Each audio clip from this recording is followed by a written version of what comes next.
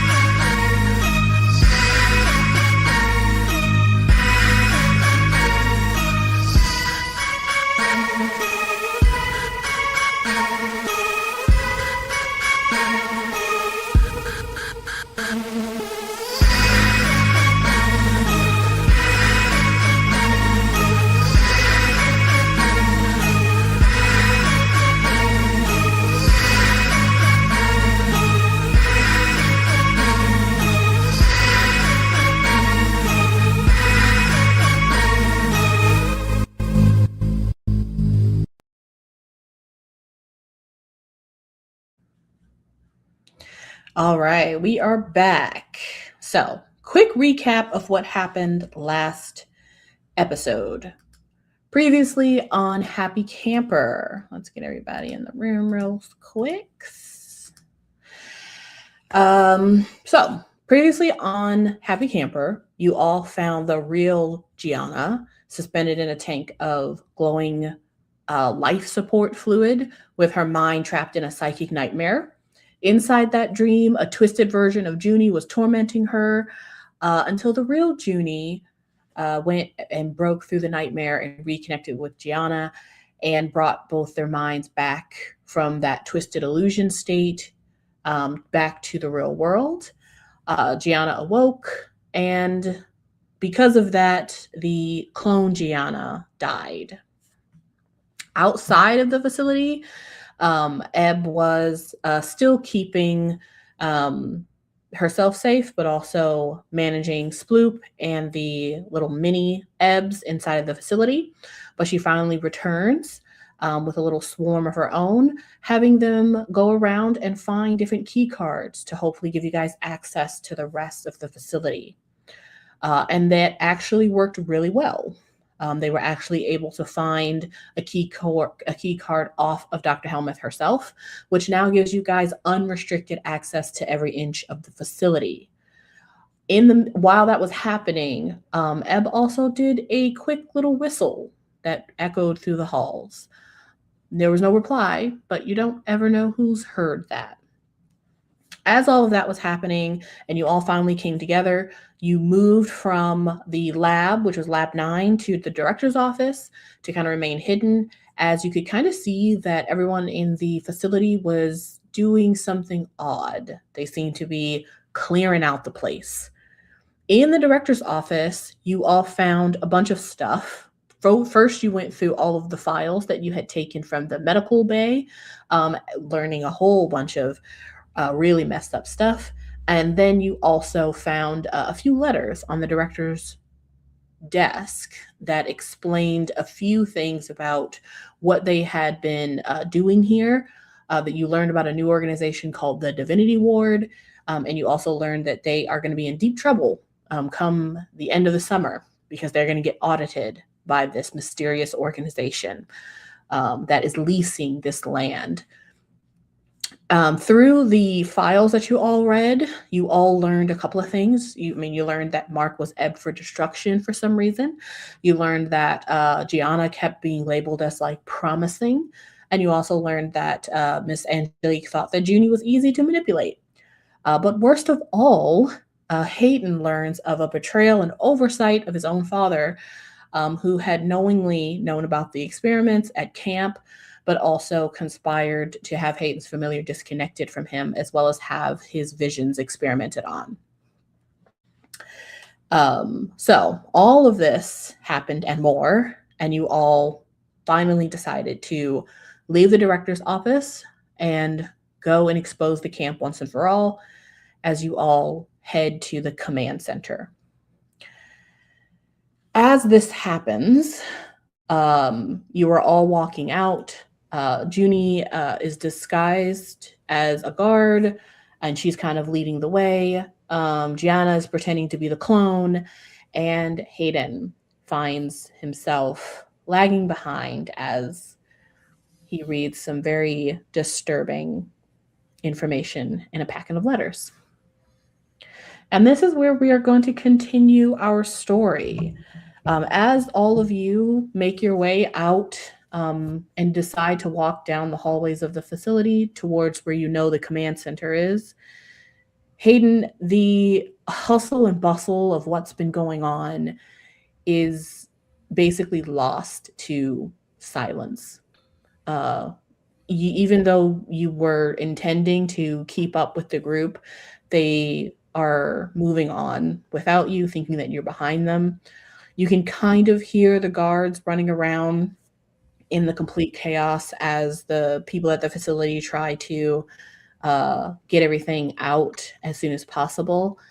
But it's very difficult to focus on all of that, and you quickly get lost in your own mind. But you're not alone. Oh, that was me. That was the background. But you're not alone here. Argos is still sitting next to you patiently, but you also smell a familiar dessert. As you look up, kind of expecting to see the back of Juni or Gia, instead you are staring at ocean blue eyes. You are sitting at the little round table in Charles's kitchen. He does look a little bit different than usual. The form you're looking at is more close to a sea creature or sea creature / humanoid, because you aren't looking at like blue pupils like you were before. There is blue from the center of his eyes all the way to the edges. And unlike before, you also can swear as you look into his eyes that you are really looking into the depths of an ocean.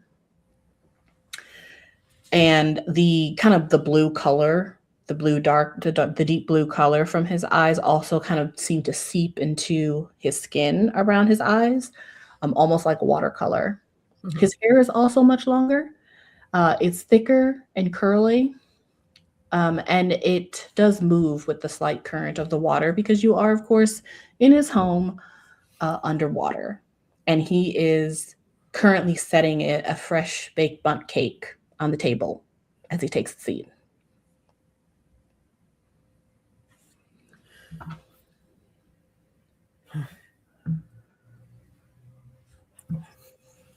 Good to see you again. It seems I've managed to make my way back here.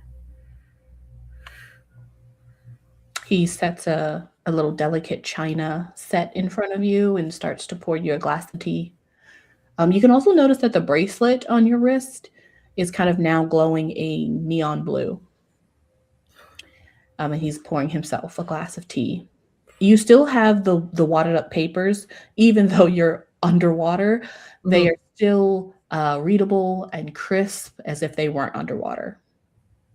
No. I question nothing about the physics of his house at this point. No. I question nothing about this at this point. He pours himself a tea, and he does not, at this point, other than when you saw him when he was sitting down. When he sat down, he has at this point kind of avoided looking directly at you, sort of avoiding eye contact, but he does begin to speak. He just goes, you know, I had a father who made the mistake of thinking he owned me once. Is some dreadful business. I won't go into detail about it, but it was a very long time ago. But Well, it's a long story. He's sort of laughing, and as he opens his mouth to laugh, you see sharp canines. He looks at you finally and looks at the papers.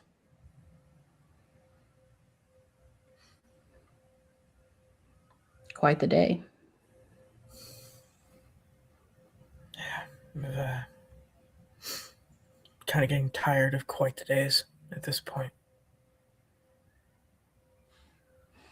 He slices a slice of bundt cake, sets it down for you. Yes. Very tiring.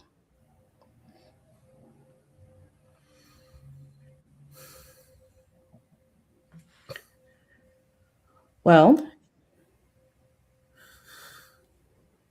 what's the plan?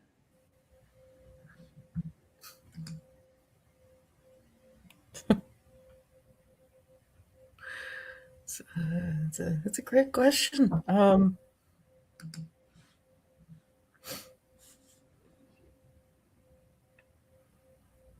know we're obviously getting me and my friends out of this place. His eyebrows kind of smashed together in a bit confusion / annoyance. No. What's the plan about this? And he's gesturing to the packet of papers. Oh.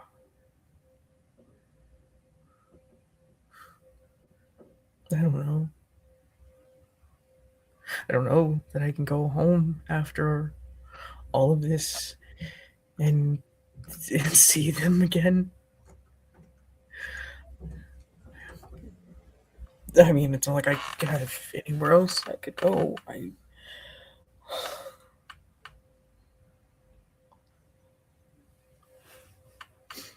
Perhaps you don't need to. I could pay him a visit for you. He smiles again, and you see his canines. No, I appreciate it, Charlie, but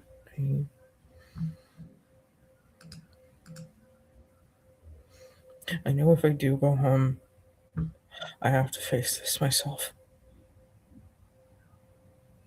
He nods. Pleased. Yes. He kind of leans back and gestures to the cake. This is a new recipe.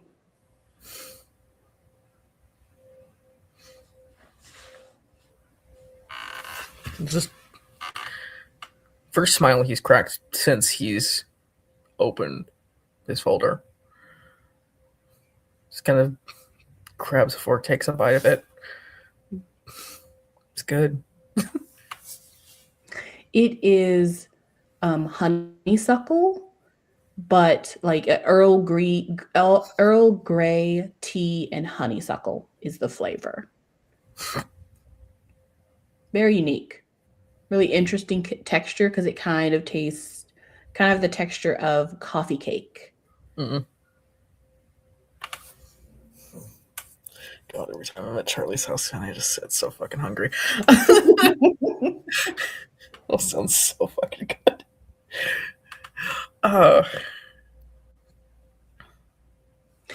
He takes a bite himself and points his fork at your trinket, your like bracelet that he gifted you.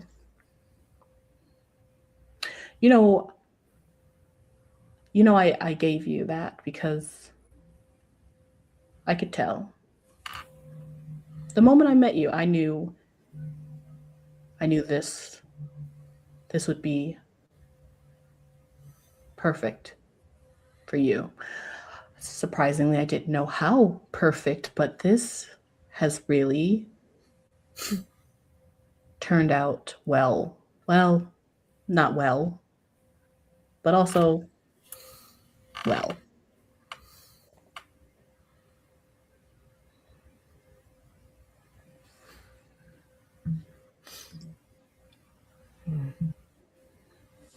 I appreciate it. It's gotten us out of some pretty tight spots. I take it your friends are still alive. Yeah. Impressive. It's been a... I don't even want to think about how long of a day it's been for Gia. It's gotta be a weird thing to deal with. Is that the pushy one? No, she's...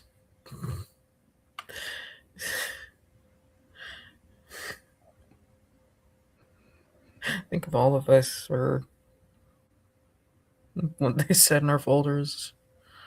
Juni probably got it easiest, I think. Maybe. Folders? He sort of cocks his head a little bit, not sure what you're referring to. The camp. It's not even a camp, guys.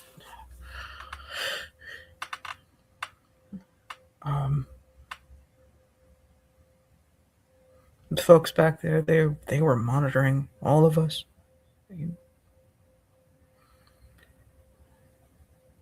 Mm-hmm. Put Juni and I together because figured we were two halves of the same coin. Interesting. That explains quite a lot.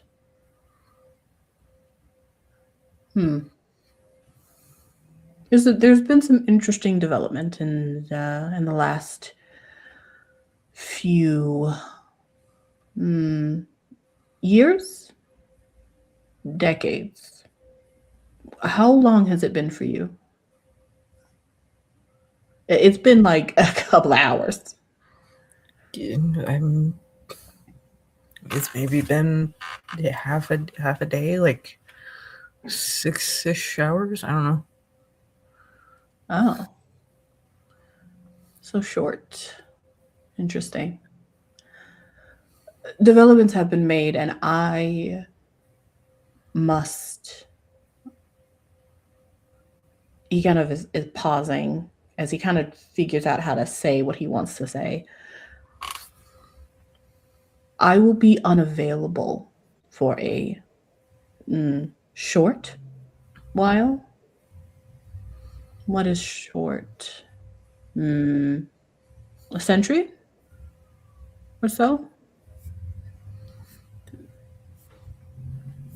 Yeah, it's fair. That's probably pretty short for you. You'll keep the trinket. It will serve you well. Hopefully now you know how to use it. And he's kind of more or less like confirming that you know how to actually use it. I think I'm getting the hang of it. I think it's got a little bit of a mind of its own, but it's definitely got stronger with me and Juni next to each other. Interesting. It's never had a mind of its own before, but it was not made for the purpose I gave it to you. So perhaps it's changing, or what's the other word? Evolving. He sort of picks up his plate that's empty, puts it in the sink, puts a little dome over the rest of the bundt cake to preserve it. Should you need me, of course you may call me, but I will not come by the name I've told you. I'm sure you can guess by now that my name is not Charles.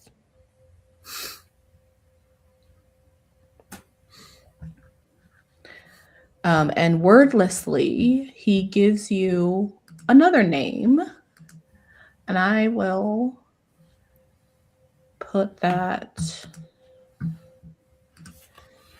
in your chat.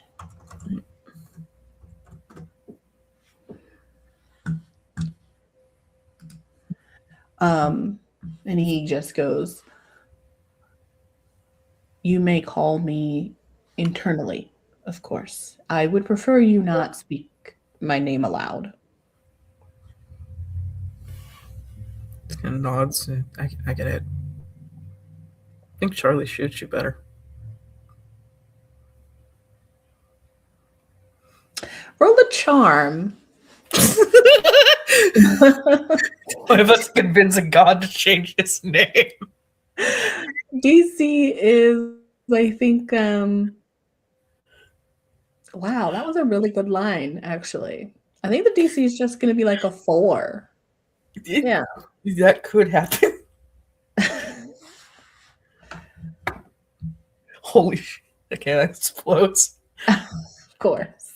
The dice tell the story. So that is an 8. You notice on his face that he really only knows how to give a toothy grin, not a genuine smile. And so you kind of see his face twitch, almost contort, as if there was a reaction there that may have been softer. But he just nods kind of slowly, just accepting your statement. And he just says, I crafted that treasure with the help of a goddess. I wanted to make a treasure that I knew my father could not refuse to chase after. I asked the goddess to bless the trinket so that I could command its will, essentially. Could make it do whatever I wanted. Commanded it to be invaluable, to be beautiful, to be insatiable. A thing that must be owned, but could only be owned by the best. And so when my father laid eyes on it, he immediately chased after it. Across the desert, into the sea. So I put it in a box, and I put that box in a chest, and I placed that chest on a giant wooden ship. And I had it sail in forbidden waters of high, fair, and deep. And he chased it. He chased it for years. He went mad chasing it. It was actually quite funny. And when he finally caught it, when his journey had ended and he had claimed the treasure, standing all alone on this goddamn ghost ship that I had set adrift in the High Farin's deep, I gave the trinket one last command: to take it and everything around it to the bottom of the deep. I used to assume he'd still be there, clutching it in his hand, but as you can see, I have it now, and you have it now. So obviously that isn't the end of the story, but hopefully that gives you some solace. The trinket is meant for the best, and you command it masterfully, often without even thinking. That is impressive. Just be careful what you think.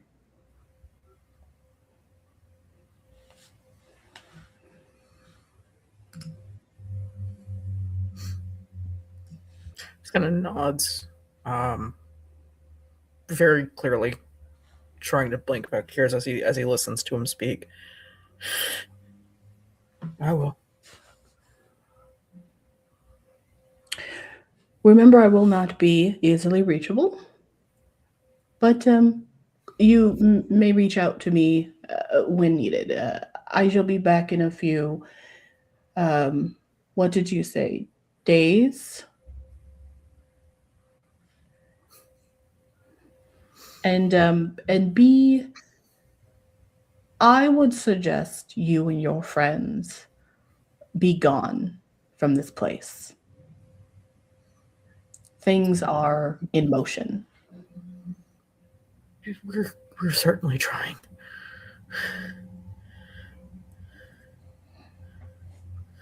You blink one last time, and when you open your eyes again, he is gone. You still have your cake, though, and you can kind of tell you'll return once you finished your cake and finished up the dishes, obviously. Yeah, no, he'll absolutely be a good guest and do so. Exactly. Yeah. Literally, last fork is cleaned and placed, and you find yourself back in the facility, standing a few steps behind Juni and Gia and Ebb, the papers in your hand.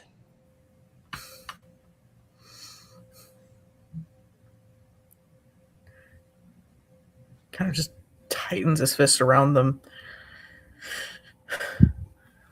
Deal with it later. Still deal with it later. It's fine. Tucks them into his inner jacket pocket. Kind of runs up to the three of them. It's like, don't 100% ask how I know, because despite everything we've seen, it's going to sound crazy. Juni and Ebb, you kind of already know about it, but that's beside the point. We got to go. Yeah. Yeah, what do you think we're doing? We're going to the... No. I mean, like, we got to go. I mean, I thought that's what we were kind of trying to figure out how to do. Yeah, we gotta figure out how to get off this planet. Because we're not where we belong. I don't know. We gotta figure it out. We need answers first. Yeah. You all were headed down the hallway, and I believe you decided to take a right so that you could take the stairs. Yeah, we knocked a guy out. No, short way. We're going the long way around, aren't we? Or no. The short way. Short way. No. The short way, because we want to make sure they don't self-destruct the place. Yes. Right. We're trying to make sure that not everybody dies. Okay. You guys are going the short way, which is over by this little area. So you're going past 6, or you're going past 7, 8, and 10. And at the end of that hallway are the stairs, which will take you to all the way to the other side of the building, essentially. And you'll pop out behind the command center, where Gia created a big hole in that entrance. Nice. No version of Gia is subtle. If you guys are trying to be quiet as you like open that door to kind of see if it's safe to come out, I'm gonna need flight checks from whoever is at the front, because it's a stairway, so you guys are probably in a line. Didn't we already do that last episode? Because we knocked that one guard out so that we knew what was going on. Oh, did you guys already go through the door? I don't think we guard out like right outside the director's office. Yeah. Okay. So you guys are going to need to go. So the stairs have a door. So there's a door to the stairs. Yeah, there's a door to the stairs. You go up the stairs, and then there's another door out of the stairs. Got it. Yeah. I'll be in the front because I'm still disguised as the guard. Okay. That makes So sense. it's safer. Let's have a flight from you. DC is going to be, I think, pretty much this will probably be where most people are, but there'll be guards. So really you're trying to just like make sure that you're a good enough guard, and not looking suspicious. So let's see how that works. Well, number one, let's see how all of you are in terms of being quiet. So let's have a flight from everyone but Judy. And we'll do the DC as 8. really high. Uh-oh. It's really no. I'm doomed. Possible. Yeah. Oh, shit. Oh, no. Well, I got a 2. Okay. It's only slightly better. That's a 3. I got a 7 plus 2, which is a 9. I could spend. Oh, that's so many. 10, 11, 12. I could spend 3 to get it to a 12. Well, it was an But 8. Oh, it was 8? Yeah, DC is an 8. Oh, never mind. I did it. I got a 9. Okay. Now, Juni, you are going to roll a charm as you come out of, or as you open up the door and peek around. I'm going to say there are probably several guards walking around, so it's going to be opposed. These are guards, so I think I gave them well, they're not very smart. But you got to beat a 7. That's great. I got a 10. Okay. Nice.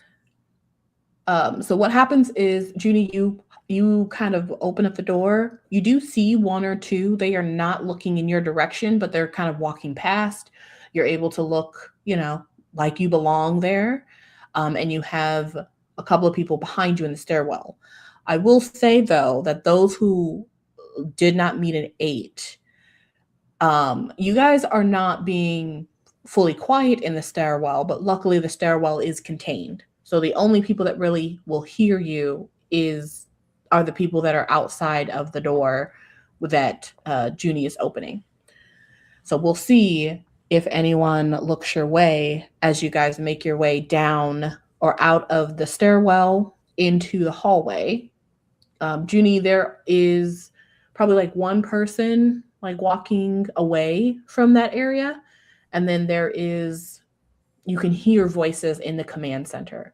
They're not they don't sound like they're working. They sound like they're packing up. You do not hear Dr. Helmuth. Are there any other voices I recognize? I don't think so. I think they all kind of sound like guards right now. You don't hear any of the kids. We will just motion to everyone to just let me scope for a second, and I will go into the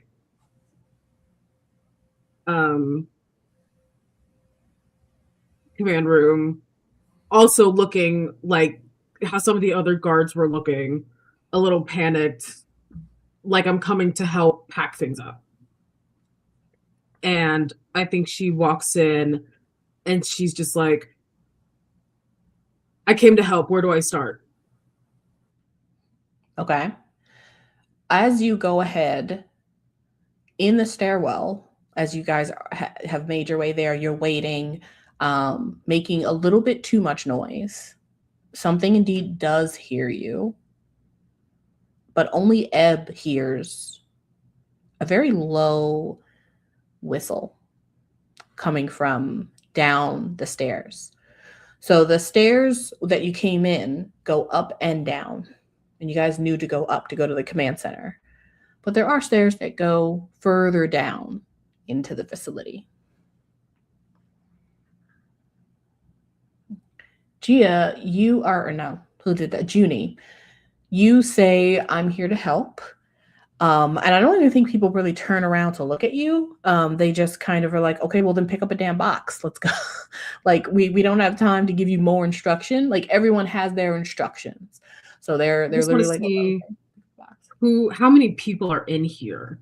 There's probably about 5 or 6 that are coming in and out. So some of them are coming in, some of them are coming out. They only have one screen up. It is still the screen of the camp. And there's also a person sitting at one of the computers who has like something that's been plugged into the computer, and it looks like they are basically like downloading all of the information from the computer. I'll say go ahead and roll a brains as you kind of just take a look around to kind of catch like how people are, feeling, if you can catch anything of importance. I think the DC is going to be probably going to be a 4 since they've bought your disguise. Wonderful. I got a 5. The guy that is at the person that's at the computer is not a guy and is not a guard. They seem to be a scientist. They are just helping with this massive move, and they look familiar to you. I believe you've seen her before, but she is tapping away. She looks tired and stressed. But it does look like she's having to access the files, like all of the information on the computers, and then move them over onto this machine. So if you want to get information without disturbing whatever they're doing here, that would be the easiest way.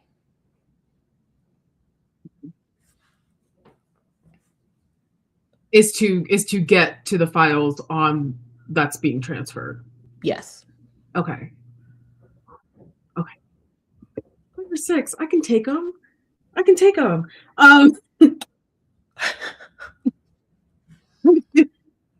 Should I do something crazy?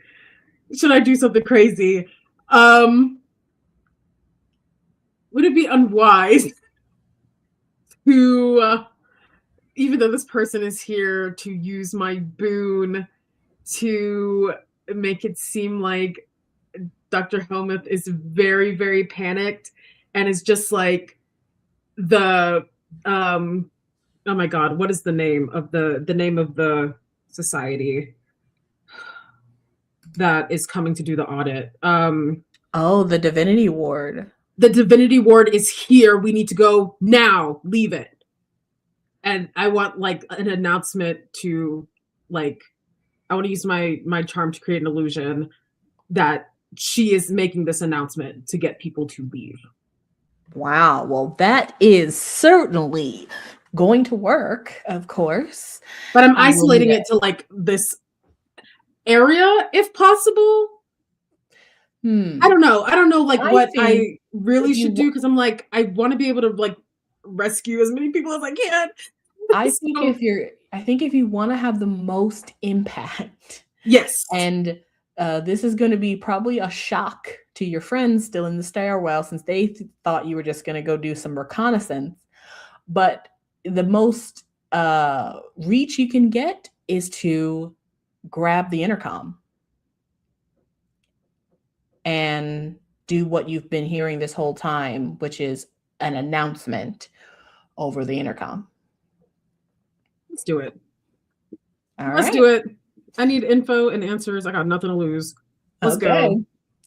Everyone is picking up boxes. They're running out. They're running in. The woman at the computer is moving things over, and you stride over to the, like, basically it's like a little microphone that's attached to like a dashboard, and you wait. Before I like send the message out, I send a quick telepathic message to my friends in the stairwell, and I just a quick little message that's like, hide. Because if I send this, people are gonna go into the stairwell to get out of here. So I just send a quick little message for them to hide, and then I do the thing. Okay. We'll see how that works. Go ahead and roll a grit. DC is 15.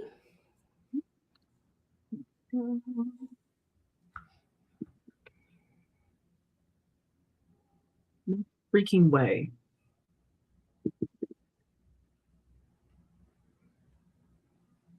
That is a 15 exactly.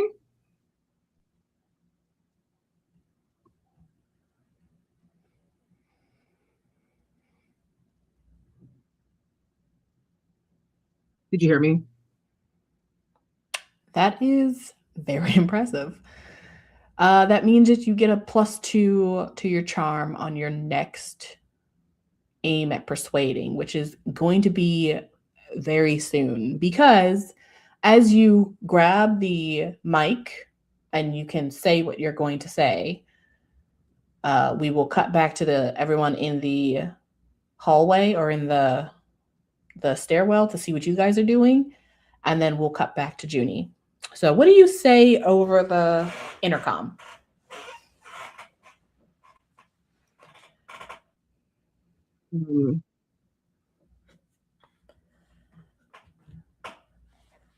She goes, "This is the director. I need everybody to exit now. This is not a drill.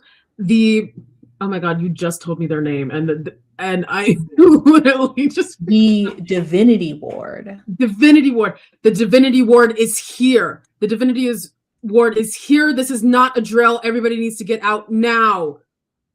Leave everything. You say that. This is not a drill." You say that, and you can hear the panic outside of the command room, and you can see the panic on the faces of the people in the room. And a guard even like looks over at you like, have you lost your mind? And the woman who's sitting there is kind of looking at you, looking around, trying to figure out like what the plan is. And as all of this happens, you just hear a very familiar voice behind you. Miss Aroha. Okay. And we'll come back to you as we have a couple of people who have been waiting for a couple of minutes now, as Juni, as she said, does a little bit of reconnaissance. And you all hear her voice over the intercom after she has told you to hide. What are you guys doing? I would just like to point out that she told us to hide in a stairwell and gave us 30 seconds. Nothing to hide in. I don't like okay. Where are we going? What are we doing? Anyone? Are there any vents? There are, but they're not on the level you're on. Cool. She was really convincing, so I want to do what she said, but also I have no ability to do what she said. What if, okay, so hear me out. What if we just hide behind the door and trip people who are coming and they fall down the stairs? Yeah. Ooh, that sounds fun. So then, we're still around for when there's going to be backlash from that announcement. I was thinking I would crawl into the room and hide behind the trash can that's right next to the door. I mean, you're small enough. That could work. I'm small enough. I could do it. I'm One kind with of the tall. office plant. I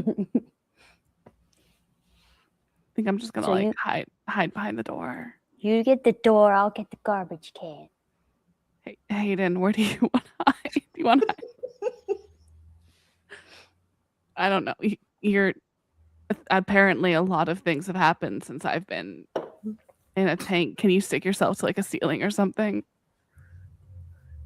Ooh, he might be the only one with a broom still. He doesn't have it on him, unfortunately. No! They think even just the last conversation he's just had, he kind of looks down at his wrist, looks between the two doors. I'm going to try and use my boon Ooh. to actually make it back to the quote-unquote dorm they put us in when we first got here. What? Oh, dang. Okay. Juni's dead for sure. Oh yeah, R.I.P. Juni. We'll miss you. What is the thought exactly? And who does it involve when you say us? Oh, I'm so sorry. Did I say us? I meant to say me. You certainly said, I'm pretty sure I heard us. Oh, okay. Sorry. Now I am understanding. No. So basically, the rooms in the gold sector where they first stuck us when we first got here. Mm-hmm. His thought is, you said hide, and I know that's also decently close to the command center. Okay. So is it you, Ebb, and Gianna?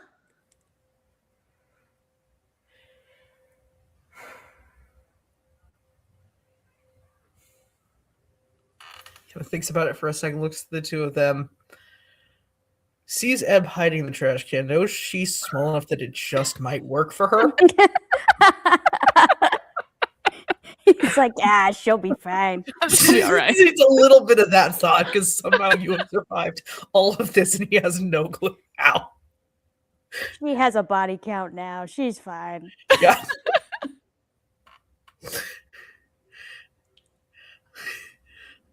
Looks at Ebb for at least a couple seconds of trust that she's going to be fine.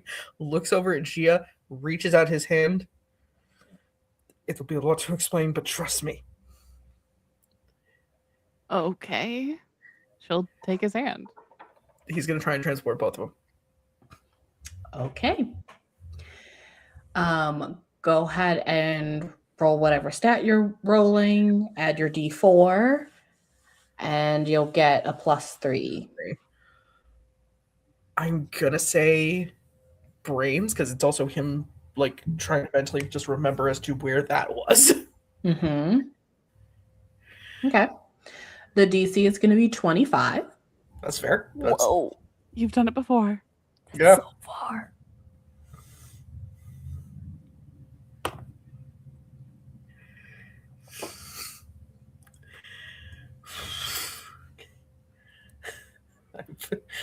What is it? Curiosity, does the D4 explode? No. Oh no. Damn it. Gee, I don't know where I'm about to land this. Amazing. What did you Shame get? So that is an 18. Because Oh, unfortunately okay. that D4 doesn't explode. Okay. Not horrible. Yeah. But and not that is 5 under. So okay. Or it's back over. to that. So your thought was, so first of all, what is the purpose of the thought? What are you trying to do? Are you trying to get you guys to safety or investigate something, or what's the purpose? It is effectively Juni just told them to hide in the middle of a stairwell.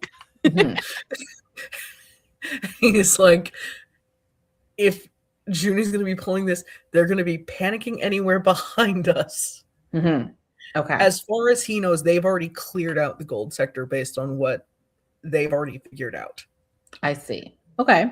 So he's like, at least that's someplace to hide. So really, the first thought is hide us. That's really the initial thought. Yes. And I think in this moment, you probably are going to realize that it's much harder to control this trinket than you expected, because obviously it was crafted by some sort of goddess and wielded by, I guess, maybe a god. You don't even know what Charles is, to be honest. And so that is going to happen because it always happens. It happens automatically. However, when you think that, I think what happens is, the first thing that happens is, Ebb, you realize that the trash can that's next to the door that you're hiding on, and the wall that's next to it is closing in on you, like it's moving towards you. So is the ceiling of the stairway that's descending quite fast. I'm so sorry. I'm so sorry. In contrast, the bottom of the stairwell, which only has one more floor, is becoming infinite.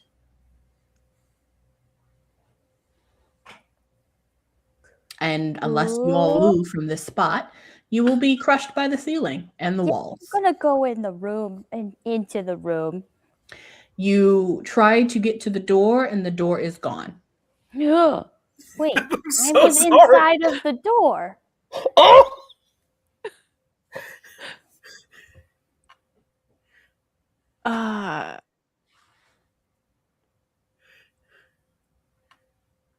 What was the question? Sorry. I was inside of the. I was in the garbage can inside of the door. So, I was already sort of in the room. You mean outside the room? No, in the room. That was the idea. Is there's a garbage can right next to the door. Oh, and I you're was in the like, command center. Yeah. Oh, okay. Well, then nothing happens to you. Sweet. Congrats. You're fine.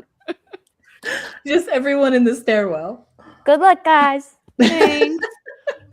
So for Hayden and I, Mm-hmm. so I have this the wall, everything is collapsing in around us. Yes, it's kind of like moving. It's not necessarily moving slowly. It's moving faster than you'd like it to, but it's basically condensing the top and the sides of the hallway. So like the ceiling is coming down, and the wall where the door was, and the door is now gone, is moving, and the door on the other side of the stairway is moving. And then if you look down, the stairway going down is becoming infinite. Like it's becoming like a really long, skinny tube of a stairwell. Cool. So that the way down is kind of the only way out right now. You don't know.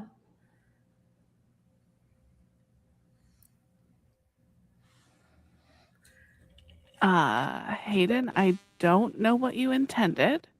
It wasn't this. I'm gonna say it wasn't this. Okay, we should probably run. Yeah, probably a good idea. Okay. You two are sprinting down the stairs, hoping that you don't get crushed by the sides of the wall and the ceiling. Love it. All right. Mm-hmm. Back to Juni, and now Ebb, as Ebb has made her way into the trash can. Ebb, you can also overhear this conversation as Juni, someone behind you, simply says, "Miss Aroha."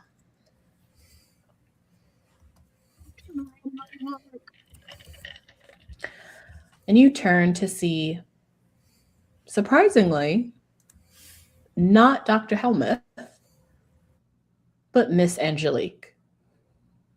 Ah, shit. She just kind of smiles at you. It's been a while. Yes, it has. Mother. Her grin gets wider. How have you been? You look terrible. Have you eaten? Well, I am disguised as one of your guards, so technically they look terrible. I did notice that. Yes. I don't know if She changes back to her. She changes back to herself. She's like, I think I look pretty good, and she flips herself. I don't know if I would call them my guards, but it's certainly a choice of a look. And the woman who was sitting at the table or at the desk doing the thing, she kind of looks over. Ma'am, am I supposed to keep doing this, or are we supposed to be leaving? Because I heard we were supposed to be leaving. So, and she's like, relax. This young mind was just giving us a heads up. We have a couple more minutes. You can finish what you're doing. The rest of you can clear out, though.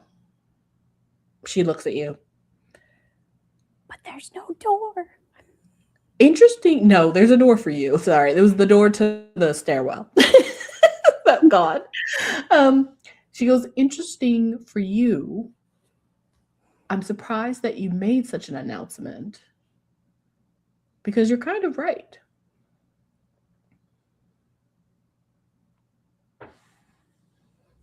In what way? They are on their way right now.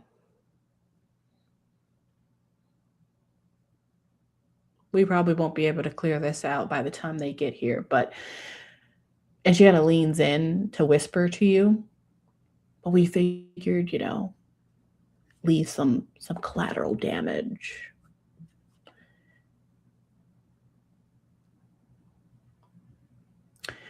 Right, just tell it to me straight. I want answers. If you're gonna get rid of it or save things or leave evidence, first off, what's your deal? What's the deal with this place? Why do you have notes on us? Just be straight with me. Well, I don't really think you have the clearance for that, but I suppose you it have is to lose, lady. Well, do you really want to know? I don't think you do. I think you just wanted to come and have a fun time at camp and go home. Do you really want to know the inner secrets of a huge conglomerate? Did I stutter, lady? The New York is coming out. That is going to be a fight or brawn roll against her brawn roll, as she is going to attempt to strike you. Oh no. If she does that, then I'm gonna have to blow gun. No, I need answers from this lady. Don't kill her. She will be rolling a d. Blow gun the other lady. I need her knocked out. She's transferring the files. I need her knocked out. You have to meet or beat a 9. Oh, I'm gonna get beat up if I don't roll a 4. No. Yeah. Oh well, if I don't roll a 3, I'm gonna get beat up. Too quick for you to react because I think you weren't even really expecting it to happen, but she fully backhand slaps you, and it cuts a bit of your lip. Is my roll useless? Can you roll what? Is my roll useless? My fight roll? Your fight roll? Yeah, didn't you tell me to roll fight against her? Yes. Yeah. Oh, I gotta. So it's 4 plus 3 is 7 plus 6. 13? Oh, it was a 13. I thought you said a 6. But maybe No, I add 6. Okay. She said she had to roll above a 3. Above a 3 to get it right. So she is, yeah, so you win. So she goes to backhand slap you. I catch her wrist. I just stare her down.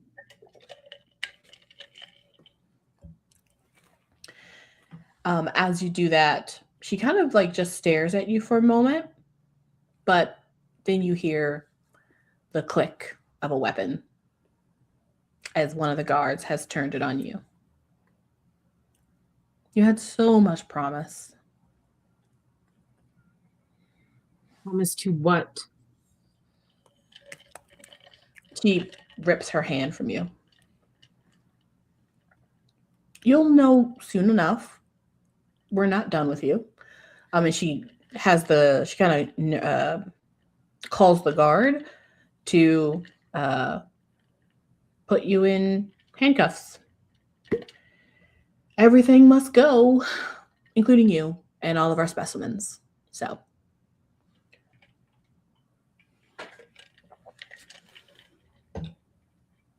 Let me guess, you're not gonna like tell me anything until you have me in your custody or whatever.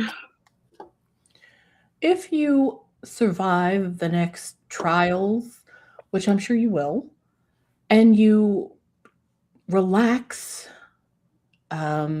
perhaps go back to being a bit more manageable, then I might consider it.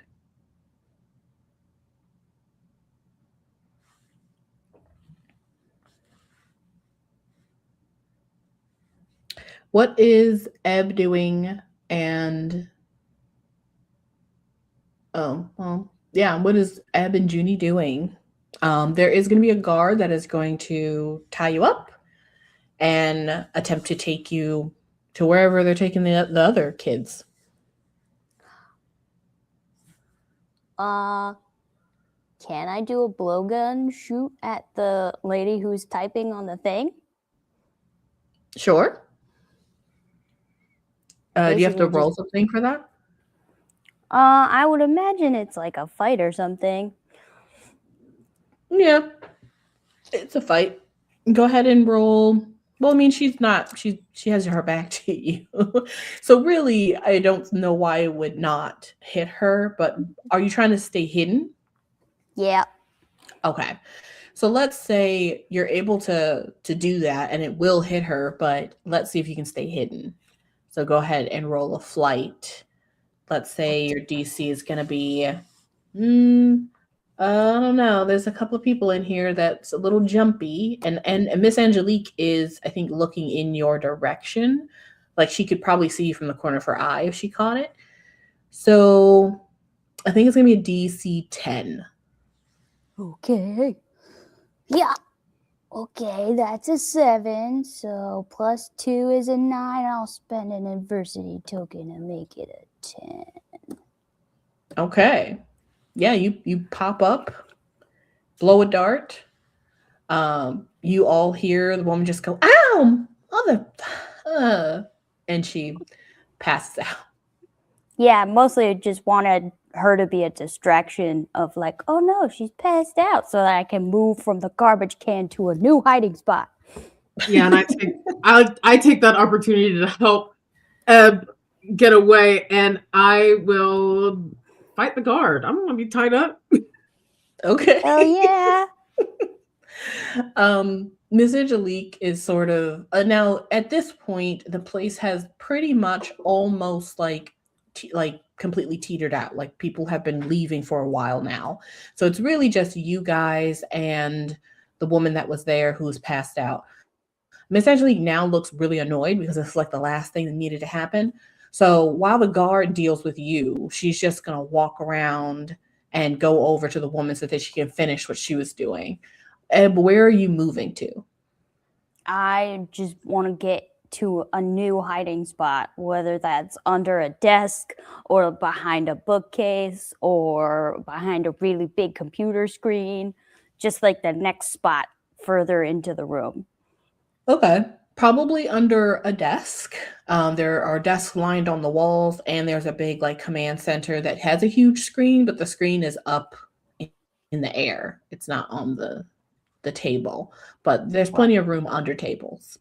Because I'm also waiting for my 3 minions to come through the vents, because that was their last instruction.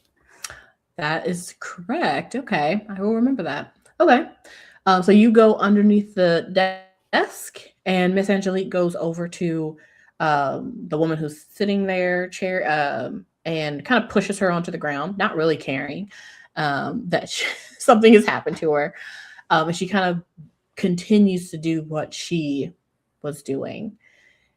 Is the little computer thingy that they're transferring the files to, is that connected by a wire to the console?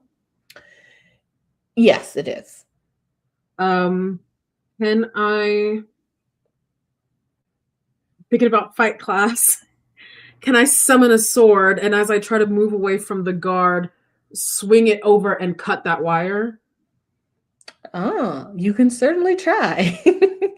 The guard has a gun, so he's going to first just try to intimidate you, but if you try to actually go with him, then he's going to try to use the back of the gun. So let's see, first of all, if you can get past him with a versus fight. So their fight is, of course, a d20. Oh, no. So you have to beat, a 17. That's rough. Not gonna happen. But I'm not scared of a gun. I'm from the real world. Okay.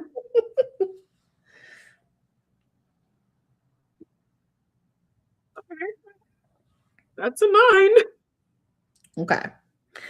Yeah, you do summon the sword. You have been taught that ability, and you use magic to do that. And you are trying to get around him, keep him away from you and keep around him, but he just uses the gun as a weapon. Instead of shooting you, he just uses the butt of the gun. And so he tries to knock you out, and unfortunately he does succeed in hitting you, and you aren't able to get to Miss Angelique and where she's doing the download. So I will say, go ahead and make a grit roll to see if you are able to stay standing. DC is going to be a 6. Could have summoned a Glock. All right. You said grit? Yes. Shut. A 6. Okay. Yeah, you go just one knee goes down, but you're able to stay conscious. And I think at this point, we'll have Ebb's little monsters come through the grates. Fuck yeah. And we will come back to that as we see what Hayden and Gia are doing as they sprint down into the endless depths of the staircase. It is music is playing. None of us understand the reference. it just continues to go and go and go and go, and you guys are sprinting down. It must stop at some point, but you're not sure when.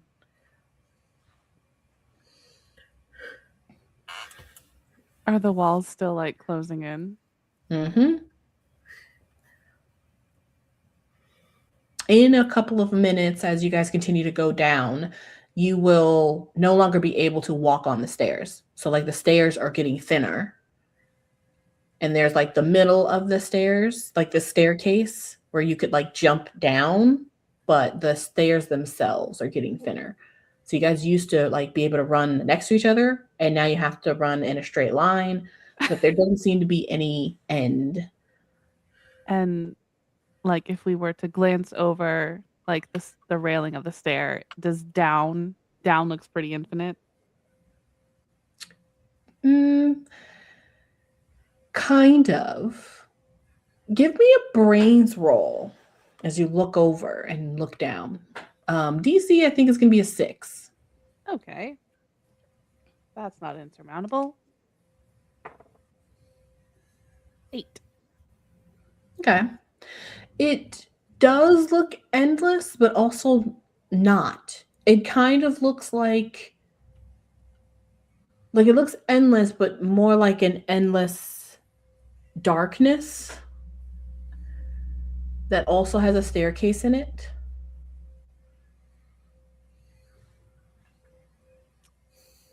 Huh.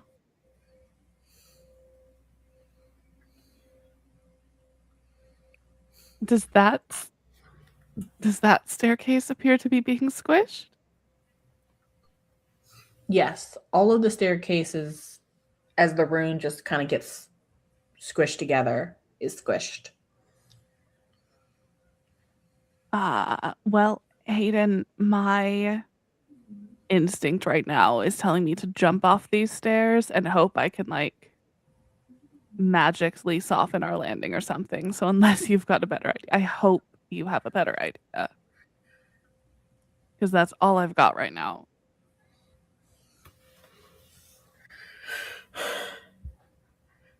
He's kind of while running, kind of in the same way, glancing over the railing. He's honestly trying to think if there's a way to get them out of this to undo it. Because clearly that plan did not work.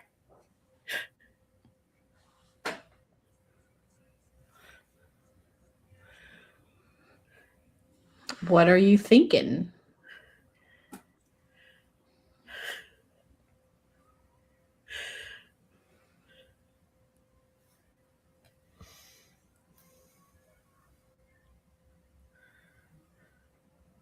I think probably the first thought that enters his head is, never mind, I want to go back. Okay. Just kidding. Okay. So we have two conflicting things happening here. But Gia does turn to you and ask you a question. Do you try to invoke that thought, or do you answer her first?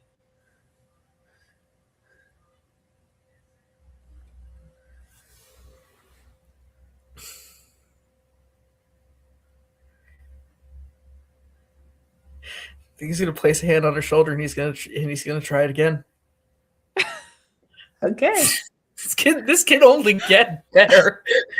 Probably. You say that. All right. You're going to roll your stat, your magic die. And at this point, because honestly, you don't really have your idea, basically, it sounds like. I'm trying to control Z this, basically. Yeah, unfortunately, it's like undo or go backwards is really the thought. Let's see how that goes. DC is going to be 25. Oh,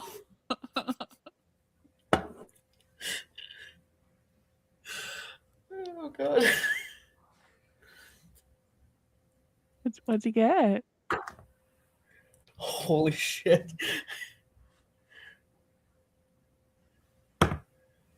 Oh my God.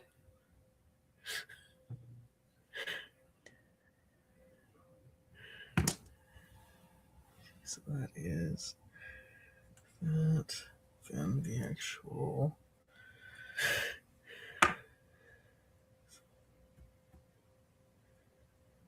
Hang on, actually.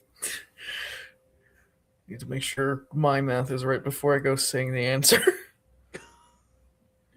If you had to do that much math, it's a good sign. Oh, did you explode? Yes, I did twice. What? So that is a 60. Okay. What? What? Beat the record by 10. It was a 20, a 20, a 15, a 2 on the D4, then plus the 3 from. What? Guys, we were joking in the chat that Hayden is the best, but he beats all our asses every time. He like actually won the game. Like it's over. Yeah, I think he wins. And that's why everybody has a crush on him. Correct, that's it. He is the best boy. Okay. Obviously, Dad wants to experiment on him now. Obviously, that is an extremely high roll.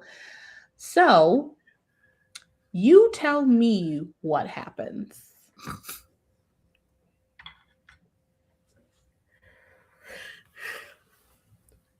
I think, if anything, it's that split second he sees Gia looking over the railing, kind of seeing where her thought is going, figuring that either if for some reason this doesn't work and they're still stuck there, that's a plan B, places a hand on her shoulder, and it's just kind of remembering and processing what Charlie told him before he left about the actual trinket itself, why it was made, what it was for, and what it says about the person who possesses it.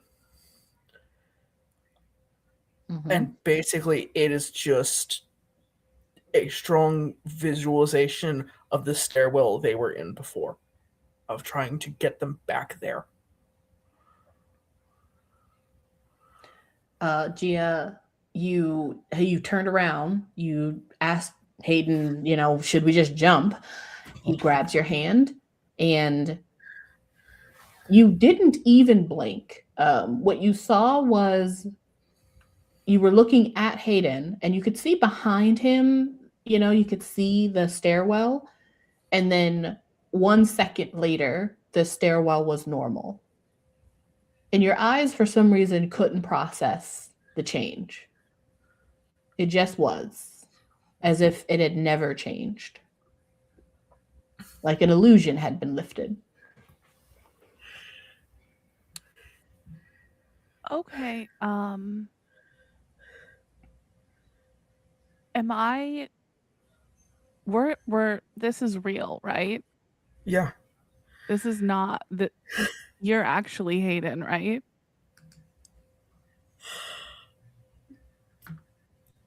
I'm going to be honest. I've never felt more like myself than I have in this moment.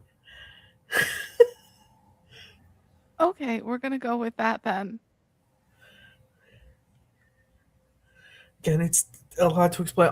I'll explain it when we're not in threat of dying. Yeah, reasonable. I'm just gonna follow your lead, I think. Yeah. Yeah. Help me out if he isn't seeing kind of Juni through the door out the hallway that's kind of leading toward the comm center. He's just going out the door and toward that direction. Now, I will say that you guys are not in front of the door anymore. It is there, but you guys did go down the stairs. Yeah. So you are down the stairs. And I'll say with that high roll, you also hear a very low whistle. Coming from somewhere. Does that sound familiar to you? Yeah. And I'll even say, because that roll was ridiculous, I think you hear that whistle, but there's something off about it. It's sort of like the whistle you guys have heard before, but it has a different pitch to it, you think. So, once upon a time, back before everybody died, Mm-hmm. Gia used her wild speak to try and figure out what was going on with the whistle man. Mm-hmm. Did she try that again? Yes. You can't see whatever's making the noise. You can just you can almost like barely hear it.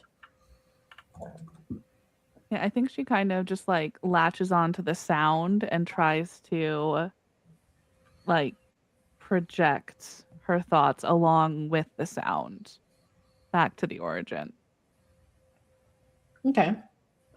Also, kind of like echolocation. It travels and then bounces back and comes back to you. And it does kind of sound like it's coming from either deeper in the facility or outside of the facility.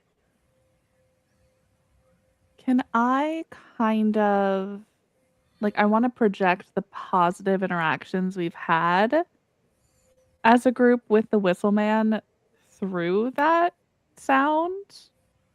Sure. And ask if they're okay and if they need help.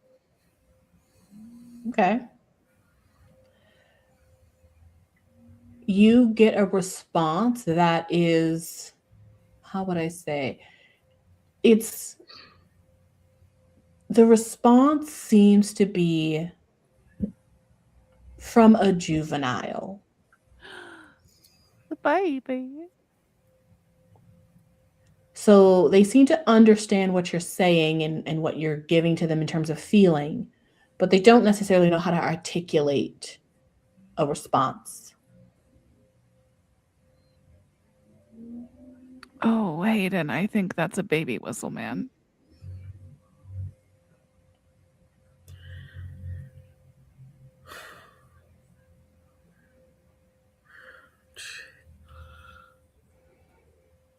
mean, can you... Doesn't help that it's hard to tell where it is. I might be able to follow it. Worth a shot. But, I mean, Juni that was... You think she and Ebb are going to be okay? Ebb, probably. Well, yeah, Ebb's going to be fine, but you think Juni's going to be okay? So rude. That's so rude. I have to unmute my mic just to tell you that. That's so rude. Are we wrong, though? Where's the lie? Flash cut to Juni bleeding out from her head. You know, she's from public school.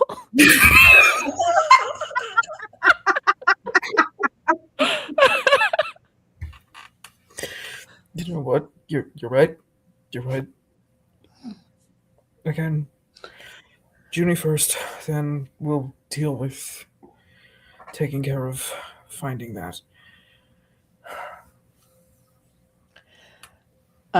As you guys make your way back up to the stairs, with that in mind, we're gonna cut back to Juni and Ebb. Who's so fine, and we don't need to be worried about it all. No, absolutely. From the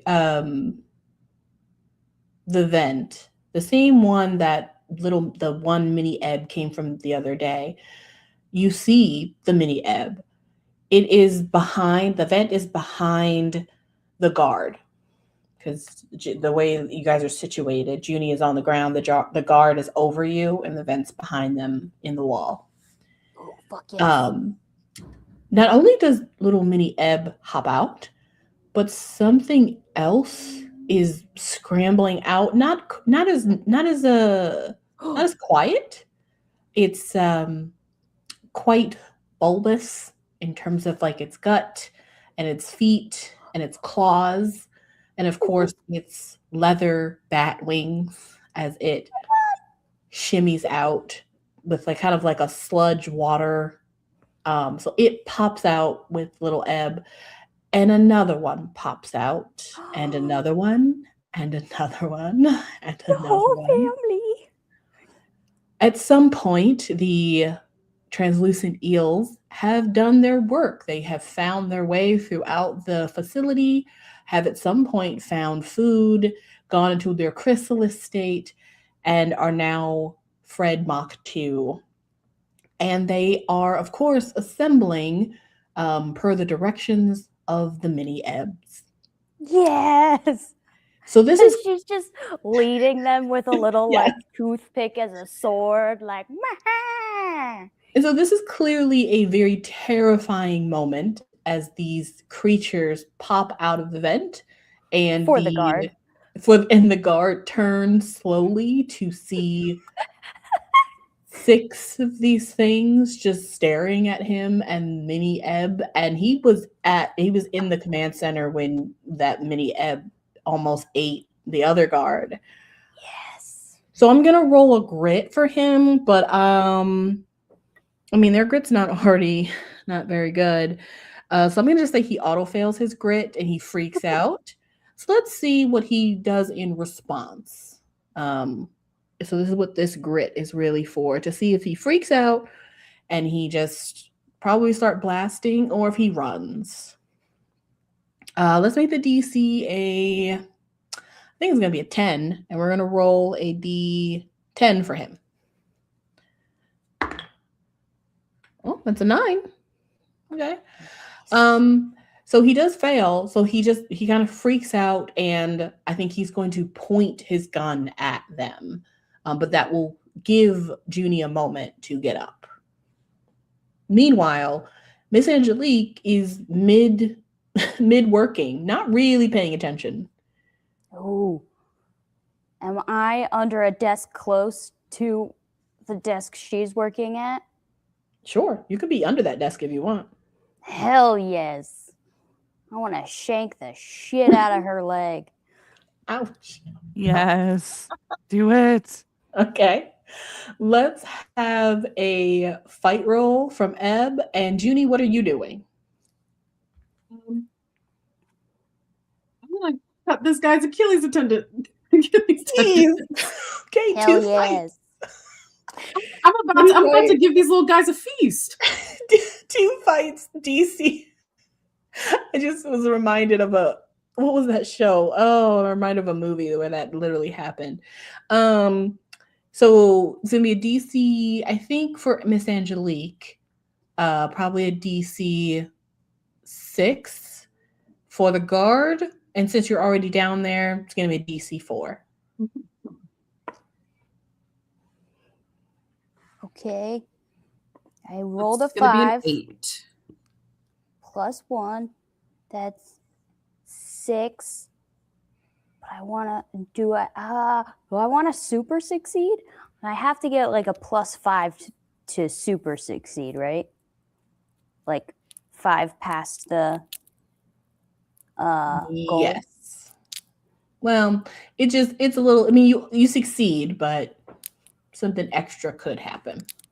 Yeah, I want to spend a bunch of adversity tokens. Okay, you both succeed. What happens? Would you like to go first, Judy? She takes her sword that's still in her hand and she just like swings it. So now that he's like facing his back to her, swings it so that his she slices his Achilles tendons and he falls down right in front of the mini Freds. And Judy takes that opportunity to get up and move out of the way. Yeah, that happens exactly as you say. He kind of screams, obviously, and crumples, and immediately he is surrounded by these 6 carnivorous and always starving creatures. Ebb. I'm gonna take one of my spikes and I'm gonna drive it into the back of her knee and draw it down her calf to split her muscle in two. And I'm just gonna yell out to the Freds, "Meat's back on the menu, boys!" Wonderful. That also happens, as you say, and she also screams bloody murder. And in a reflux, she kind of like pulls away from the table as you do that. And she is just gushing blood as the 6 chimeric creatures descend on the guard on the ground, and they're ripping him to shreds. And at this point, Gia and Hayden, you both walk into the door. And I want to smile up at Miss Angelique and just be like, "That's for fucking with my friend's head." She just goes, "I freaking love you." And then she hurries up and takes Miss Angelique's place at the console. Hell yeah. Okay. You can push her over as she screams in pain. Hayden and Gia, you guys walk in to see this. So much. You know, I don't actually know why I expected anything different. Oh, hi guys.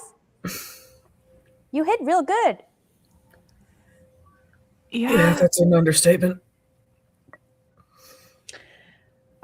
Miss Angelique is going to respond once she realizes what's happening through her pain. And she is going to, because she's a magic user as well, and she's a very powerful one, she is going to do something. However, all of you are in here and she has to kind of get to herself. So this is kind of a response. So I'm going to need to know what everyone is doing in response to her about to use magic. You don't know what she's about to do. Could I try to use magic to paralyze her?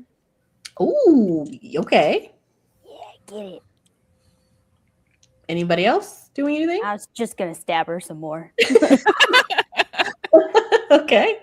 I was gonna say, yeah, on the chance that for some reason she doesn't work, Hayden will have his wand out, basically ready to roughly the equivalent of silence as a spell. Okay, gotcha. I All think right. Juni is really focused on the files. Her mind is just like trying to like harden and be here on this Okay. thing. All right. Let's see what you guys all have to beat. A 21. She got a nat. Oh, she has to re-roll. Hold on. Hold on. Oh, geez. So that's a So a 36, 37. No, Whoa. 20, 27. No, 37. Yeah, 37. I'm correct. 16. Yeah, I'm correct. Okay. So somebody has to beat a 37 versus this fight that she is throwing in your direction. And it is a spell. And she is not necessarily using a wand. She is simply like, you can see her eyes go completely white, and her hair that is already kind of like a gray white, it kind of starts to glow, and the entire room begins to heat up as she casts whatever she's casting on this entire area, which means anything in this room will be affected if she is able to complete this. This is my moment, guys. I've been saving up all of my adversity tokens for this. Same. What do we roll? You can roll whatever you want based on what you're doing in response. Thank God. Mine feels like a fight. Okay.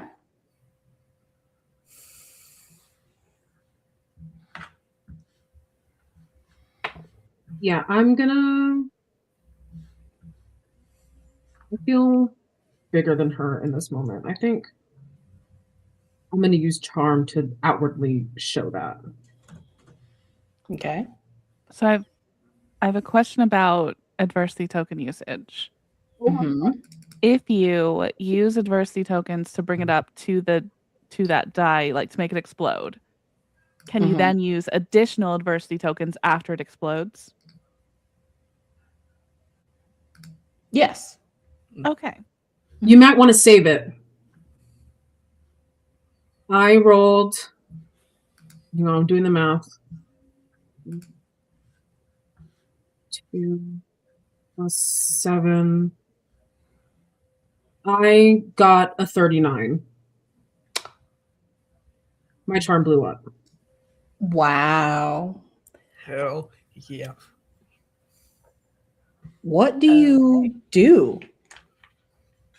I think she feels the energy and she calmly stops and she turns around and her eyes turn silver and she kind of has this silver aura glowing from her. And she stands over Miss Angelique and bends down slightly and tells her, "You're not the boss anymore." In like a way to just kind of get her to knock it off. You all watch this happen, and this heat that is kind of heating up the entire room, you can see kind of like the ripples as if it's like a heat wave, and you all watch it sort of get sucked into Juni and get expelled through her into Miss Angelique. And you watch as she basically gets microwaved from the inside out. Fuck yeah. Oh my God. This Jesus. is PG-13? What rating I- is this show? I don't remember saying this We is lost PG. PG-13 2 sessions ago. Minimum 2 sessions ago. And she falls to the ground dead. Yeah. Junie Ebb just like goes to high five Junie. Junie stands up straight, and I think once that aura kind of dissipates, she's like, "Oh my God, what did I just do?" what did I just do? And she like holds her head. Her head is still bleeding. He's like, oh, that's so gross. Oh, what have I done? Oh my god, I'm a murderer. I'm gonna go to jail. I'm gonna go to jail. I'm gonna go to. You're not gonna excuse me, go where to I'm drinking. They're gonna jail. try me as an adult at 13 We're and a half on a years old. different planet. You're fine. Can the mini Freds like clean that up? Oh I mean, yeah. they're still working on the guard, but they will get to her. You guys notice that it is quite silent in the facility. Uh-oh. However, you do have access to the computer right now. Answers. Right. Somebody with brains use this computer. Not me.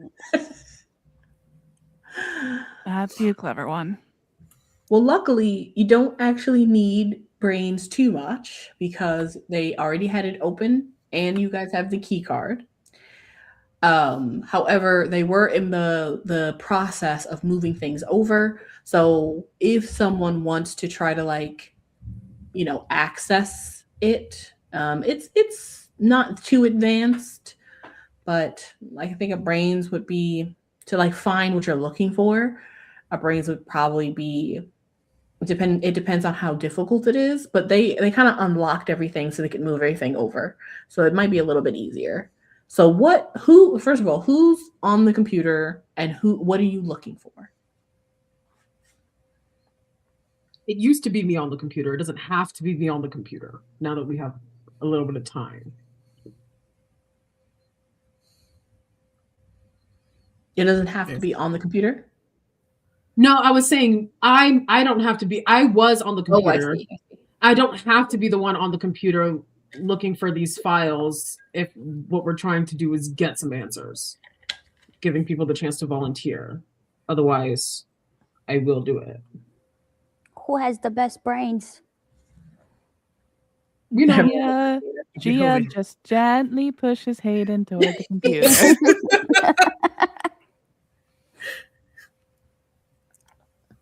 All right. Sorry, I know you've already been working. I'm happy to assist where I can. please do. Okay. The computer is up, and it's already logged in because they are in the middle of transferring information. So what are you trying to navigate to find first?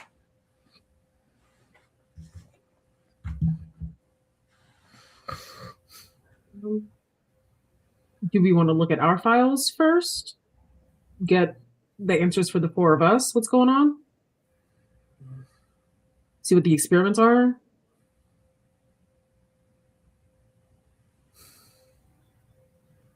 We certainly can. It's got to be more info than what those original ones had. Cool. Let's start with you. As interested as I am in finding out all of Hayden's secrets, we might want to make sure there's nothing self-destructy going on. You? Oh, okay. As you guys are doing that, kind of crowded around the computer, Ebb having absolutely no interest in just kind of poking Angela's body. As she is completely dead at this point, her humanoid look does leave. It dissipates. And you see she has two huge leather wings. Her skin is desiccated. She has two she has really long claws, and a beak for a face, or for a beak for a mouth. She was a harpy. See, I knew Knew she it. wasn't an angel. Ha! Ha! She was a bitch. Okay, I'm satisfied now. A harpy in disguise of a beautiful angel. So you are looking for files. So in this database, unlike in Angelique's files, she doesn't have, there aren't individual files on like your names. They are all organized by the experiment. So number one thing you can tell without even really rolling anything is that these experiments have been going on for a very long time at this camp, but there's no other, like it's only their information. So you see like a whole bunch of recordings of like what they've been recording throughout the camp. You see a whole bunch of files on different experiments, some that have been closed, some that are still open. And so let's say you go to the ones that are open. They are all coded. So they all have like a code and then a number.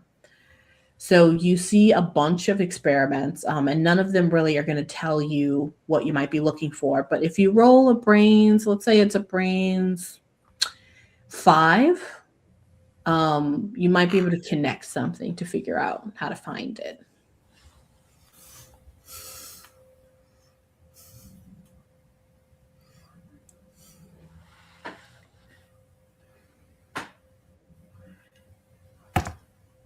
Oh no.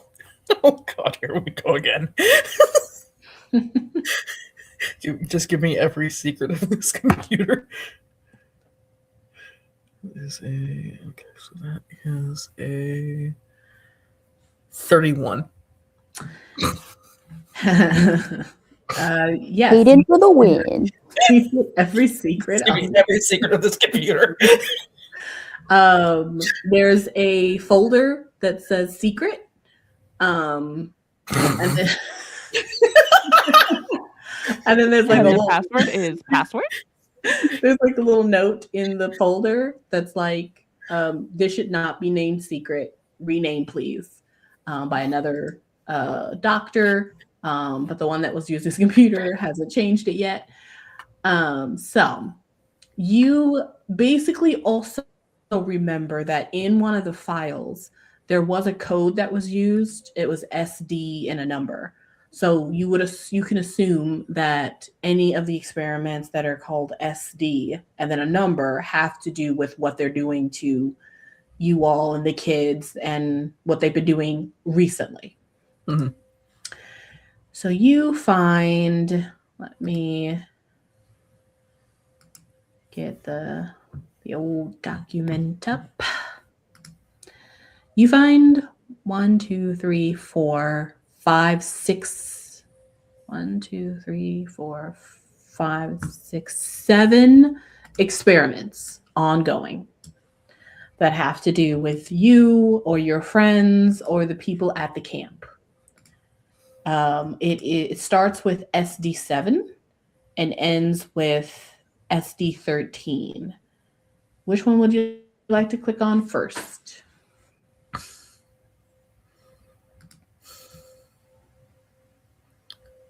Start middle of the pack. Let's go with 11. 11. You double click on that, and a picture of a Goliath shows on the screen.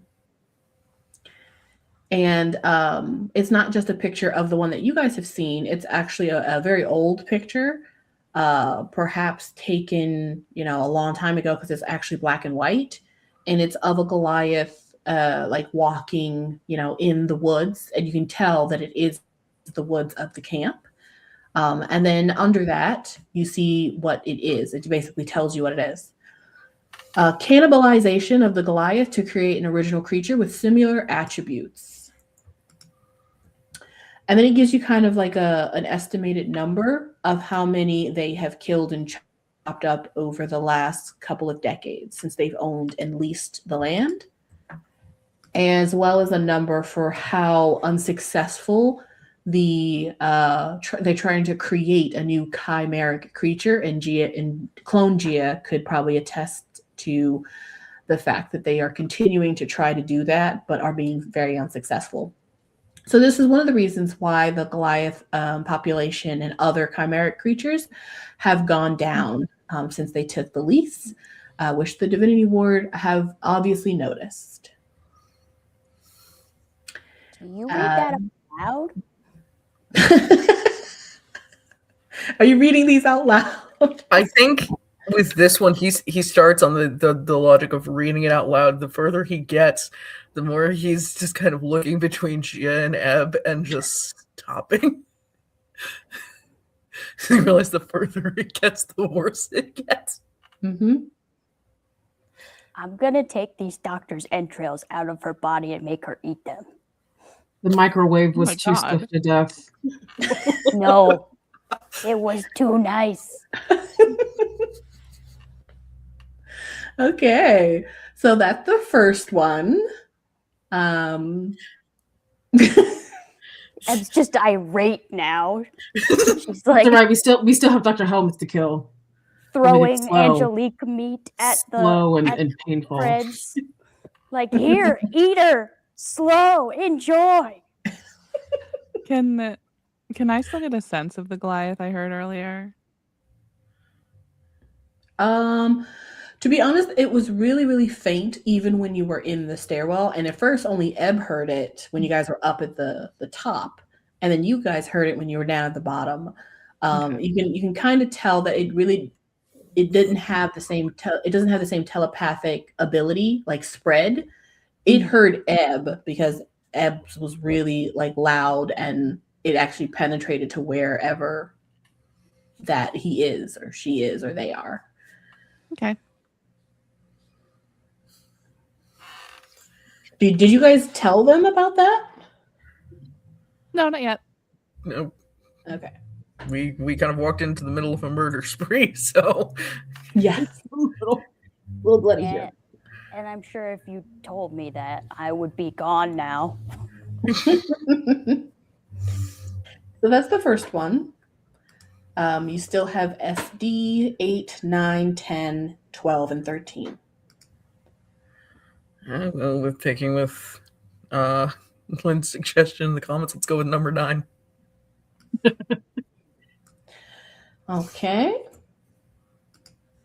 You open up SD9 and you see a what looks like a photo of a bunch of kids wearing just regular street clothes, and they're like laughing at the camera, and they have like, you know, peace signs up, and they're like, yeah. They look like, you know, a group of friends. Juni, when you look at this picture, it is the kids you met. I've seen these guys. I was with them in the other sector. It is SD9. Oh, these were the ones that you were shaming about their eating habits? Yeah, it was really bad.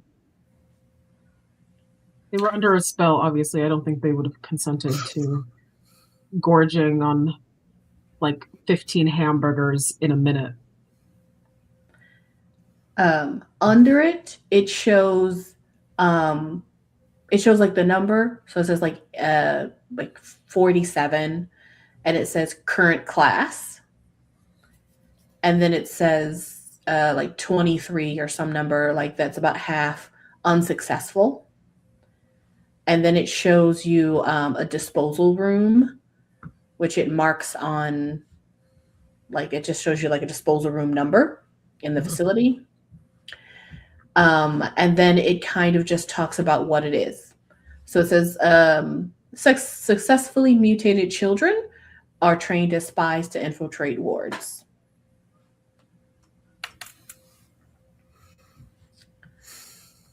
So that's that one.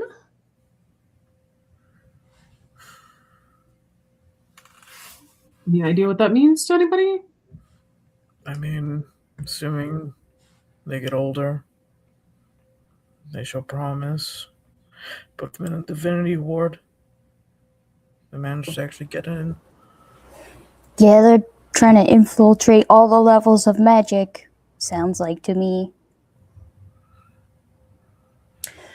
I think you all know, I mean, you've learned so far that the divinity ward is a thing, right? They're some sort of huge conglomerate. They lease this land to the camp. You didn't learn the ins and outs about the divinity ward, but you know enough to know that this is what they're talking about. So those children were obviously experiments. and they were quote unquote successful because they're still alive. Class 47. This Yes. has been going on for a long time. I think Juni starts to get suspicious that, like, after, like, looking over the shoulder at Hayden's file, that, like, what if his dad is one of them? But she doesn't say it.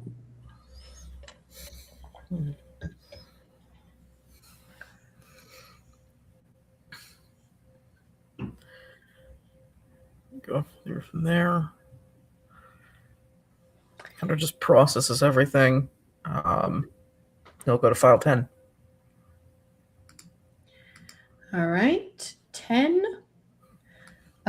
You open up that file, and this one has the same pictures as you saw in you guys' files, but also it has the pictures of every child at the camp you guys are at, including Cleo and Melissa and Cinder, as well as all of you.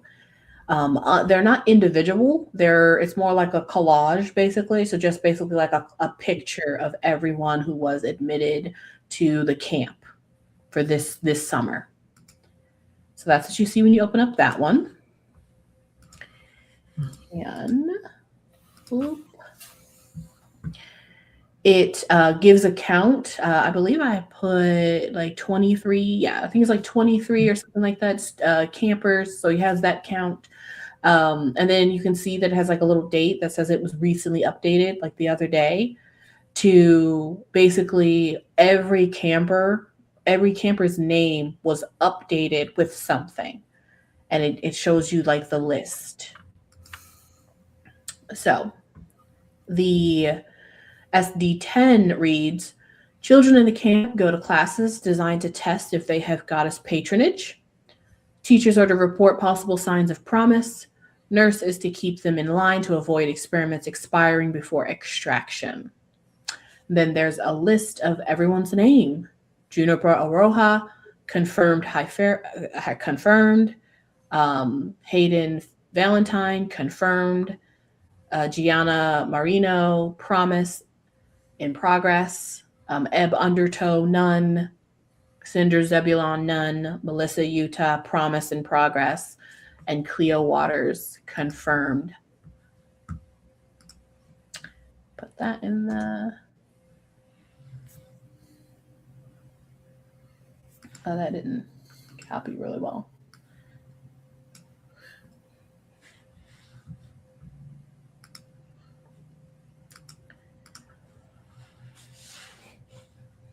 This, I will say, is a bit of a head scratcher.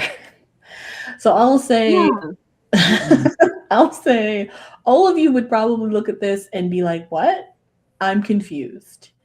I think out of everyone, Hayden has probably gotten the most information about this new world, but Ebb now has the map. And I think if you two were to put your heads together, that's funny. But I think if you guys were to kind of think about all of the stuff you found, you might be able to put 2 and 2 together about some things. Not everything, but a few things. So let's have Hayden and Ebb roll a brains roll. And we'll take the higher roll and put them to both of you. You can do it, Ebb. We'll do a DC. Well, the DCs will be different. You'll get quite a lot if you get a 15 or a 5. That's Use all this. impossible. Beat him at his own game. I got a 3. Very nice. Uh, How many adversity tokens do you have? only 3, so I could get it to a 6. But that's nothing. Can I transfer adversity tokens? Well, no, it's Hayden and Ebb. So that, for me, including +1, that is a 14. Okay. So Now are we what? adding together? Sure, we'll add you guys together as you literally put your heads together. Hayden just momentarily just pulls Ebb out of the bloodlust for a second. Oh yeah, here's the map. Here you go. I think something. Actually, Ebb, roll your magic dice. Roll a d4. Okay. Whee! 1. Okay. I think there's a little tiny connection there as you and Hayden kind of look at each other as you see what this is talking about in a bit of confusion. And I think for the first time, maybe not for the first time, but I think for the first time you kind of notice the bracelet on Hayden's wrist, and you're getting like a vibe of an undersea friend, not in Hayden, but in something that is surrounding him. And I think with that magical connection, I do think that something just kind of clicks with both of you in terms of what this world of Hypharon and everything you've learned so far, what it might have to do with these experiments. So I will say that in this moment, you both learn something and you can feel free to say it aloud to the others. But Hayden, you are already suspicious about their kind of interest in visions. Mhm. You've already kind of seen some interesting visions from Juni.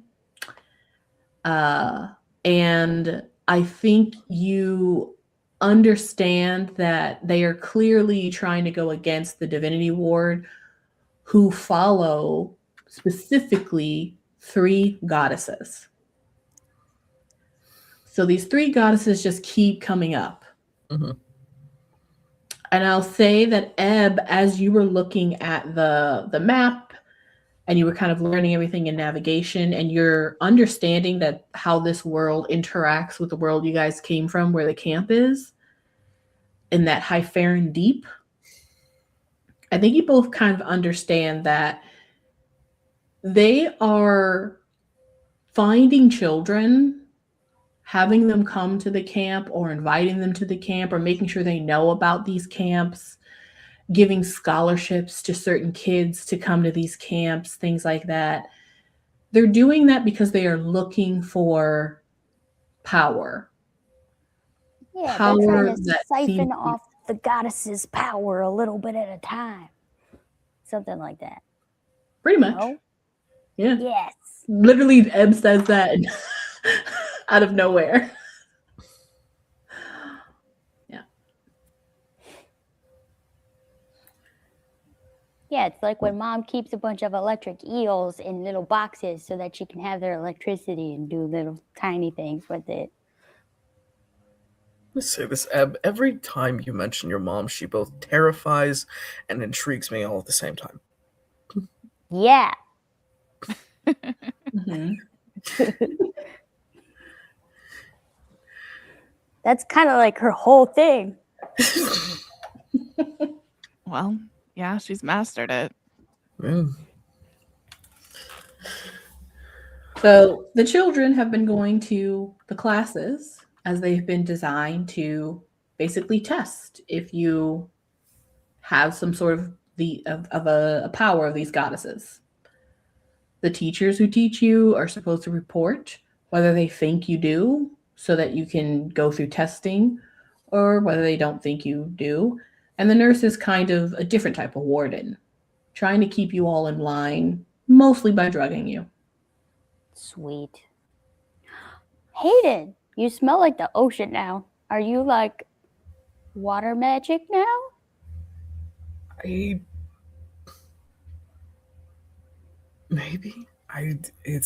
I'm still kind of trying to figure it out. I mean, given where you guys found me and everything. I'm also wondering if that's just kind of forever lingering on me. I mean, I feel like technically you could breathe water now, so now you could come live in the ocean with me. That sounds nice. In fairness, Ebb, I'm not exactly breathing anything anymore. Exactly.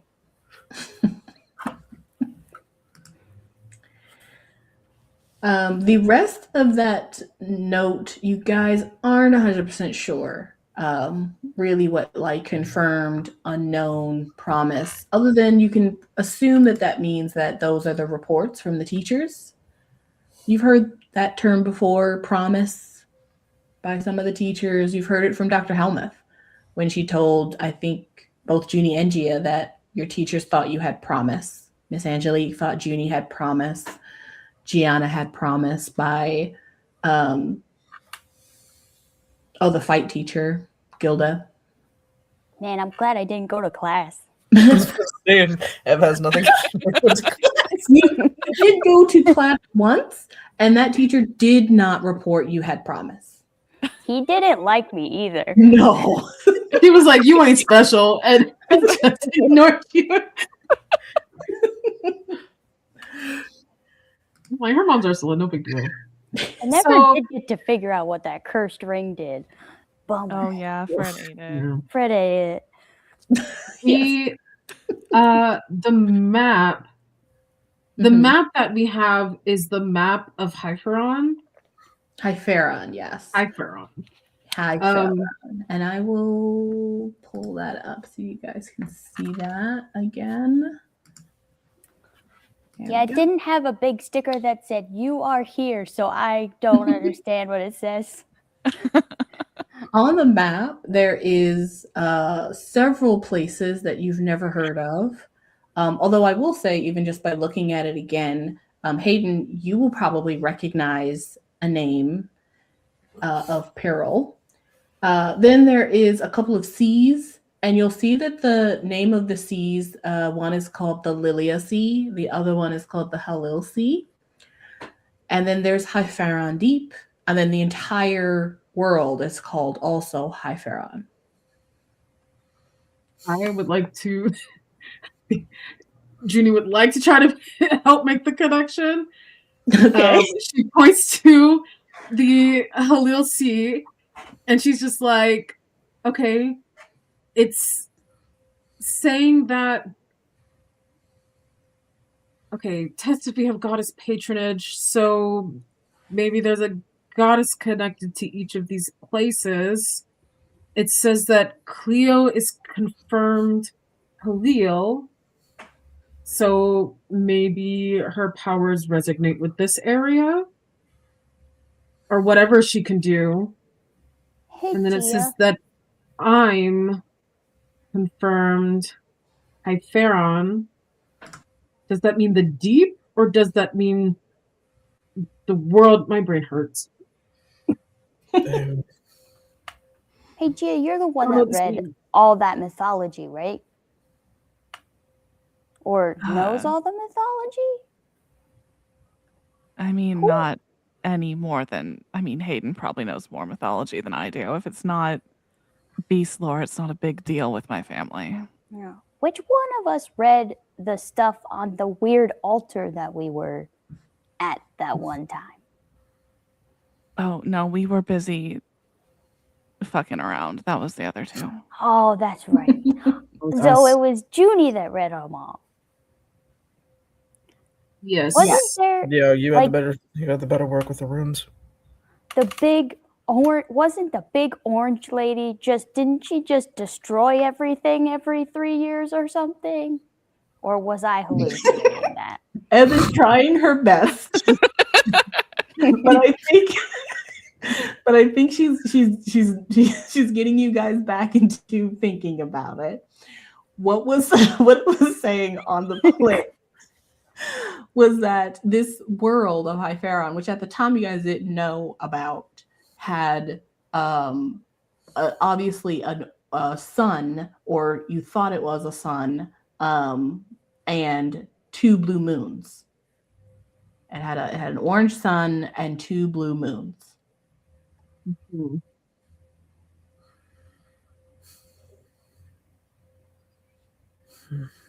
And every time the sun comes up, there's some kind of audit festival, something that happens in this world. And everybody Didn't really dies. understand that. Well, that's what the myth said. But is that true? Well, the way everybody's booking it, I have a feeling that it might not be a super myth. I mean, to be fair, they're also kind of booking it because of the fact that they're committing illegal experiments. I will True. say- By the way, is the computer like, can we take this file with us? We should keep this. So you'll need to move it the rest of the way. So we'll just assume that as Hayden reads it, he moves it over. Okay. Okay. Let's keep reading. Maybe we can get some more clues. Well, I will say that unfortunately, at this point in what you guys have learned, the only way to get the full story, I think, is going to have to commune with someone who knows the full story. So somebody might need to just do a quick text to someone else, maybe a call, see if someone's available. Shame you microwave and then dismembered one of the few sources of information left in the building. I tried to get information from this lady, and she tried to kidnap me. Yeah, then she made other Goliaths eat other Goliaths, and she deserved to die worse. What's happened? So somebody call somebody. Hayden, call your fish daddy. I'm sorry, you're what? Like, what? Oh yeah, you He's missed God. that. He has a genie. Yeah, it's Okay, the fish he has guy. a He's in love fish with him. daddy genie god. He's not Yeah. exactly. He bakes Kind of looks like cake Orlando Bloom. underwater. Oh. Oh, good for you, Hayden. His head is in his hands. He's just.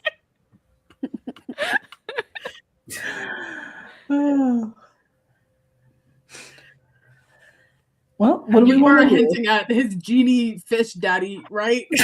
Because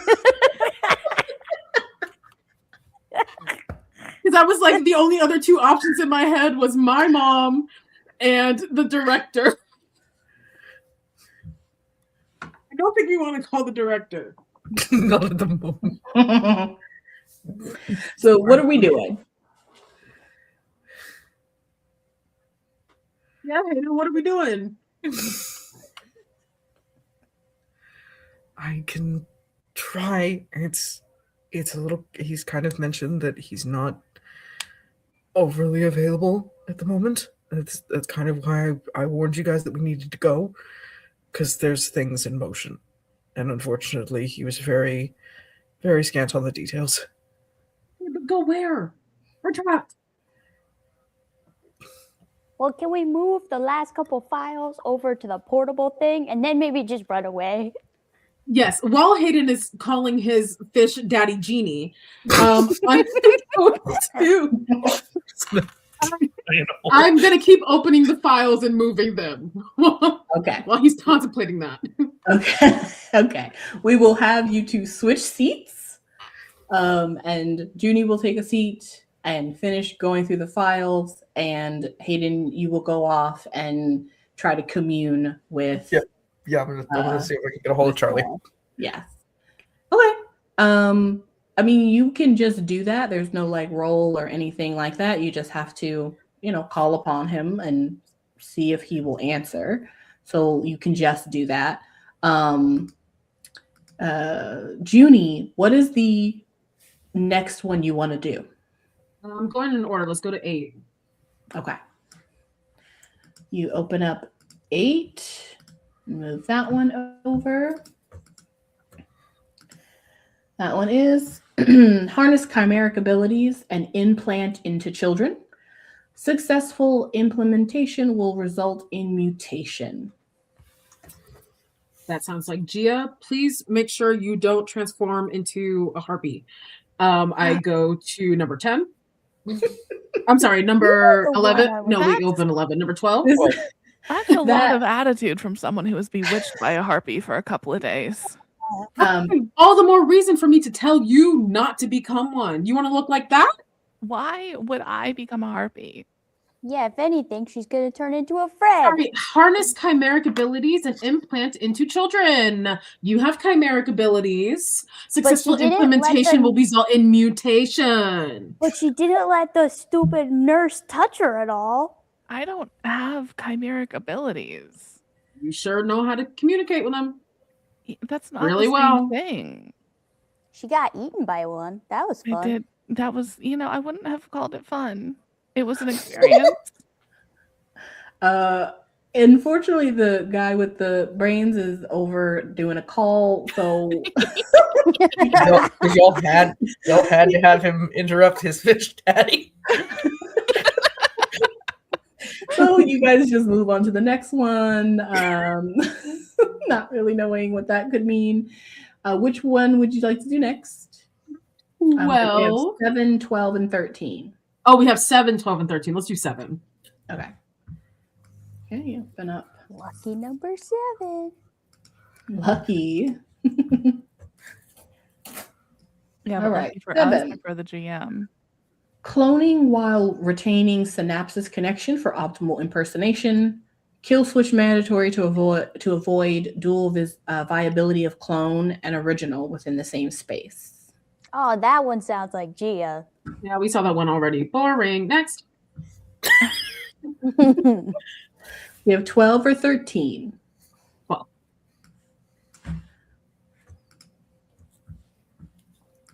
All right.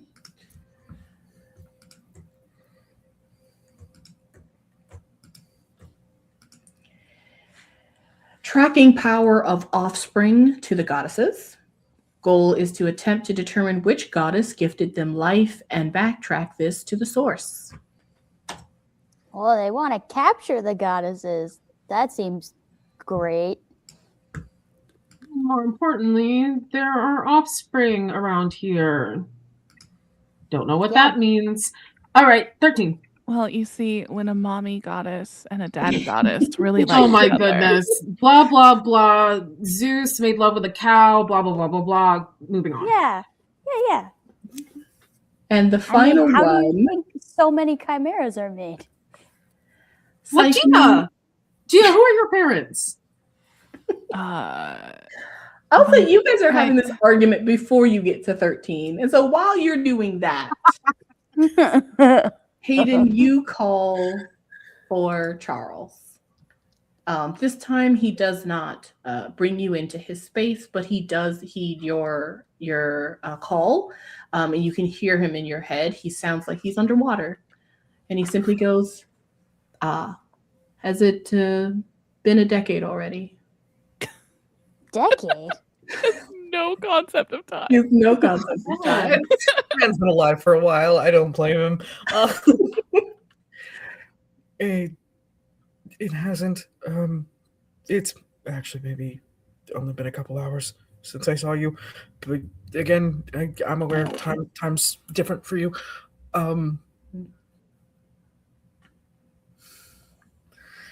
We've kind of hit a bump here trying to understand what they were doing in this place, and I'm aware you're busy with stuff, but my friends think you might have some answers that we don't know. I see. Well, I shall take a few millennia to gather my things, and I will see you in. And before he says in a moment, he is standing beside you. A moment. Sorry it took so long. What is, and he's kind of looking around the room, is happening here as he watches the chimeric Freds eating things on the ground. You've been busy. This isn't even the weirdest thing we dealt with here. Huh. Well, you said you needed something. Is it in relation to something in particular? She just kind of looks at him. It's like, please just forgive me for what I'm about to say. Turns to look at the other three.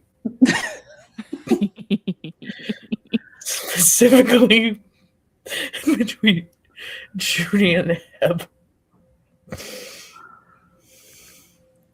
Exhale's just like, he's here. Go ahead and ask him. Hey, fish guy. Oh. He is indeed fish humanoid in a way. He still has hands and arms and legs, but you guys also see the completely sclera deep blue eyes, the wavy hair.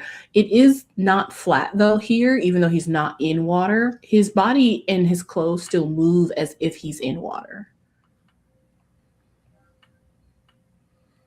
But he just looks and smiles at all of you. So, we're trying to figure out the goddess thing. I'm pretty sure there's an orange one that destroys things every 3 years or something, but we can't figure it out. Why? So who are they and what are they doing? And also, they might be in danger of being kidnapped, so you may want to warn them about that.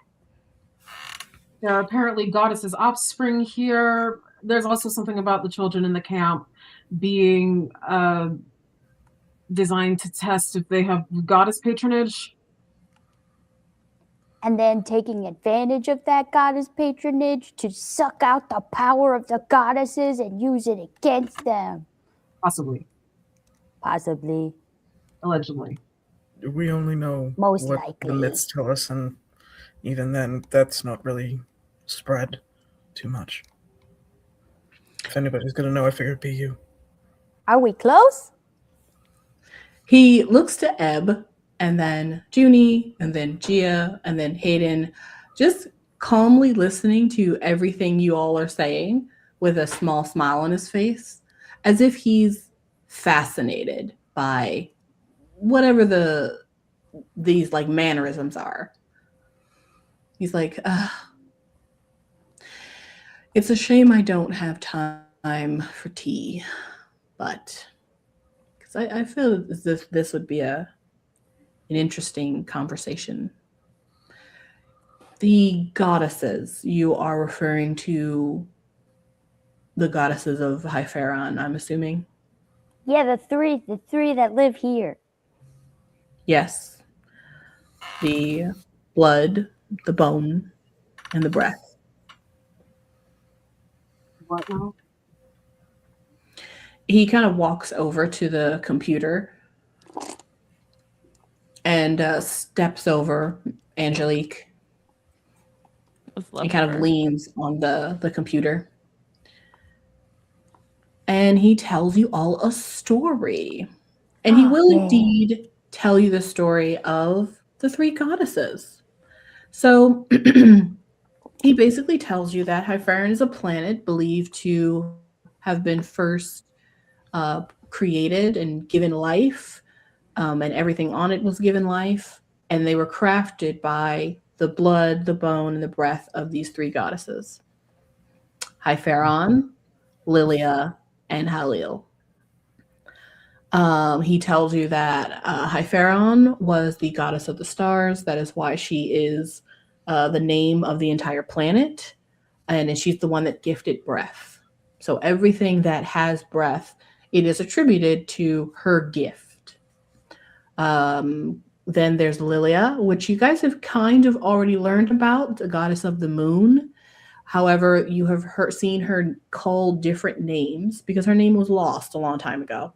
But she gifted her bone. She gave strength to the solids. That's why we have rock and quartz and crystal. And she also allowed things like grow and change. So she gave life to plants. He also tells you that Lilia was at some point banished for trying to basically redact her gift. And he doesn't go into detail about that. He's basically like, there's some sort of tragedy she went through. And yeah, she tried to change the phases of the moon, and her and her sisters had a fight about it. And, they kind of had a bit of a falling out, and she got banished. So, he also tells you that, and then Halil is the goddess of the sun, and she gifted blood. So that's why we have fluidity. And she also kind of gave the ability to traverse planes and realms. So you can go from Hypharon to the real world, or the world you guys come from. So he kind of tells you that story of like who the goddesses are, why they're important to the existence of Hypharon. And then he just kind of looks at you all. Does that help? Sorta. Well, it's interesting at least. Well, if there's nothing else, I will be on my way.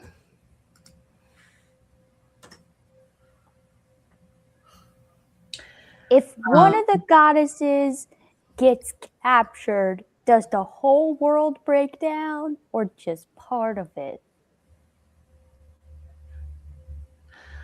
I've never seen a goddess get captured. I don't know. Cool. The goddess is still alive. He sort of looks past you a little bit and almost thinks to himself, I believe they are.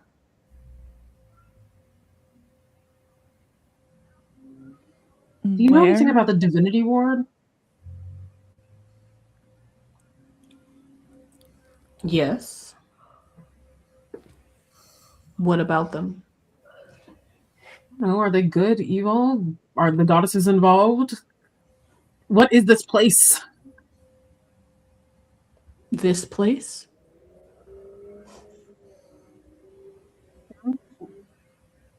You mean the world? Or this metal that we're standing on? Okay, well, that's also a very good question. I guess it could be both. The ship has been here for a long time.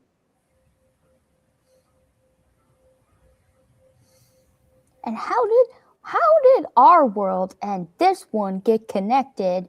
How come like my mom knows about the divinity ward and like wow.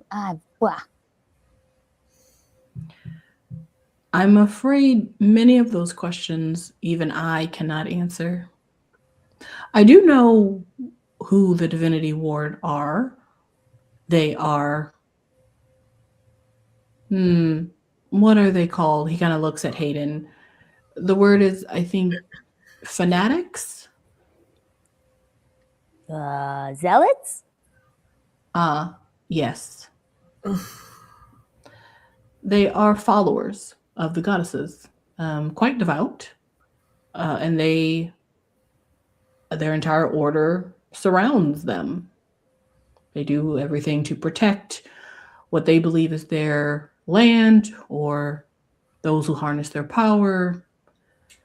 I don't come in contact with them very often at the bottom of the sea, but I know of them, and I know they are on their way. Oh, good.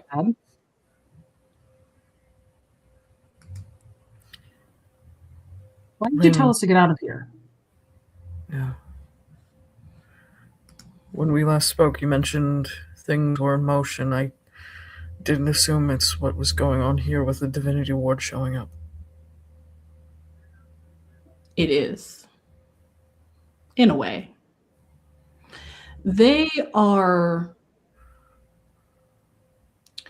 more astute than I think the people here realize.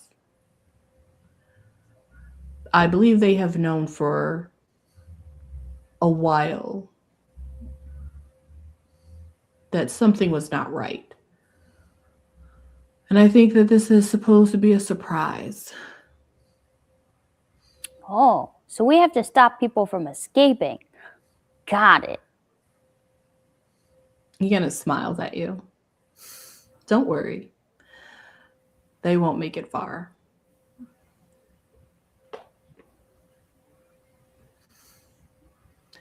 Anything else? What's in file 13? Before we read file 13, you said Lilia was banished. Where did she go? No one knows. She was banished by her sisters. And only goddesses know what goddesses know. Cryptic. He will also tell you a little bit about the divinity ward. You guys already know that they're a militarized place, but he'll also tell you that the wards are actual places. So they are regions. So there are so in that letter where it said ward of that,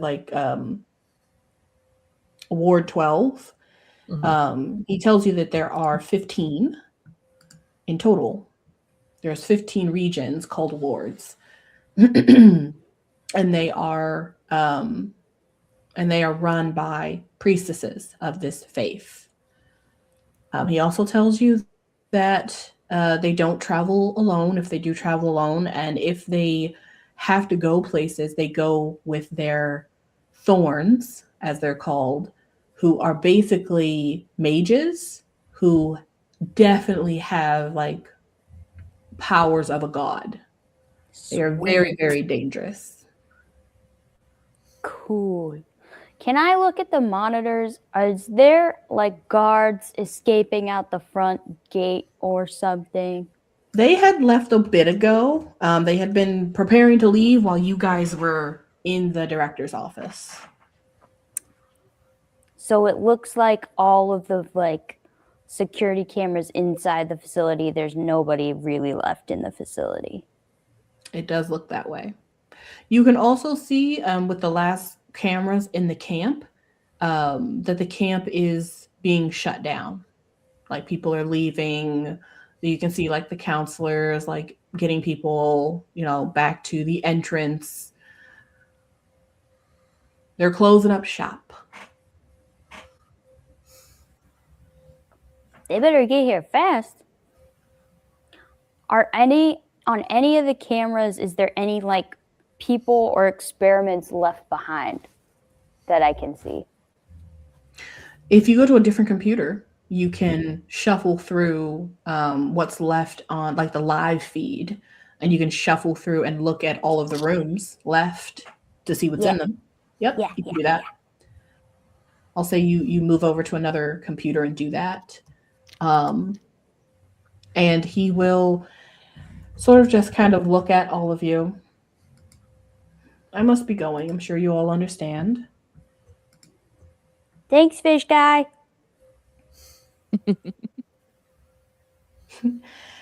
He just smiles and sort of like a wave in the water. His whole self kind of ripples and he dissipates. And Juni, you see the last. What was that? I wonder if you brought his cookies out up here, if they would be wet. Interesting. Because they're dry in the water, so maybe they're wet on land. Judy, you see the last one, 13, and it reads, siphoning power during tracking process, introducing two specimens to one another to induce friction and possible expulsion. Oh. That sounds like you two.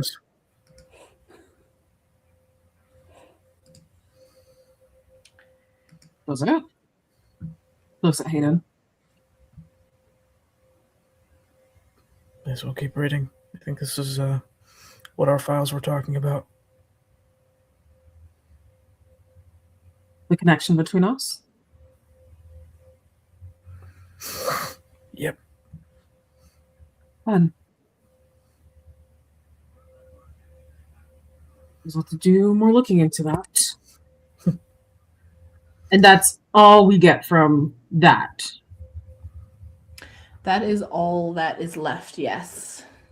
I will say there is one thing you didn't ask, which is because you asked him a bunch of questions and he did answer you, but you didn't ask specifically about SD10.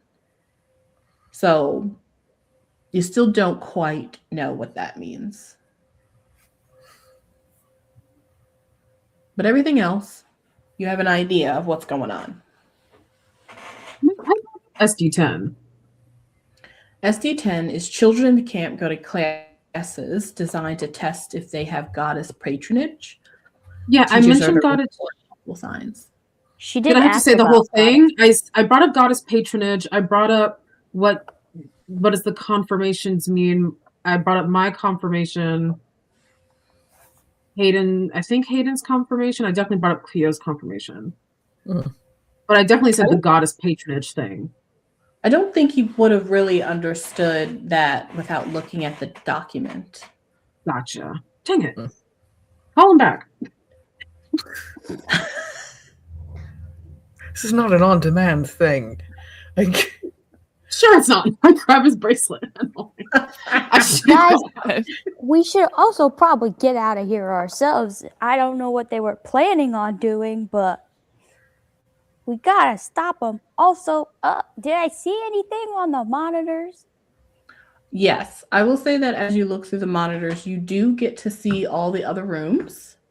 And you get to see there's a bunch of stuff in some of the rooms, but many of the rooms have been emptied out. So whatever was in them is gone now. Other than room 5, that's still full of stuff. It looks like that is disposal or waste. And room, I think it's 0, 0. Yeah, 0, 0 is empty. Room 10 just has like stuff in it.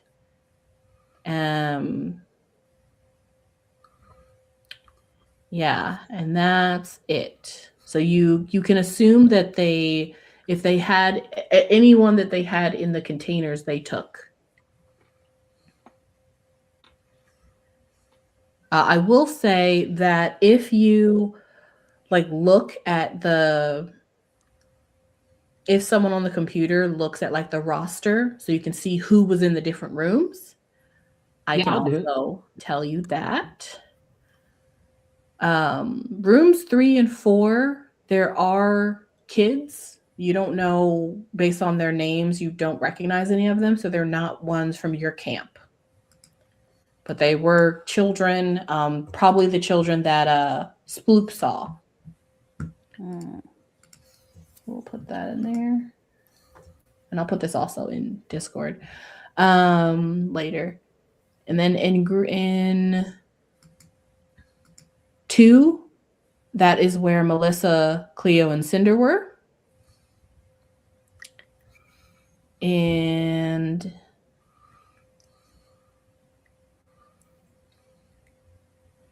in 1, that is where aquatic creatures were, including Flo. Flo? Mm-hmm. Your brother. My brother was in there? He was. Oh, no. So the Flo out in camp was just a freaking clone? That you don't know. Oh, man. And then, of course, Gia was a 9. So. And all And these rooms are emptied, or they are emptied. These are emptied. Okay. With all Well, the guys, files move, I'll go ahead and unplug the thingy and take it with us. Okay. I gotta be honest, I did forget about my older brother, mostly because I thought he would be fine. But, we should, get out of here so that we can save the people that they're probably gonna try to hide or get rid of and pretend never existed. Yeah, it seems like we have to find where they're going. Is there anything on the computers, like an evacuation plan or something? I don't think so. I think it was all talked about via radios because they stopped, putting stuff over the intercom. I will say that there is on this place, there is a transport area at the front of the facility.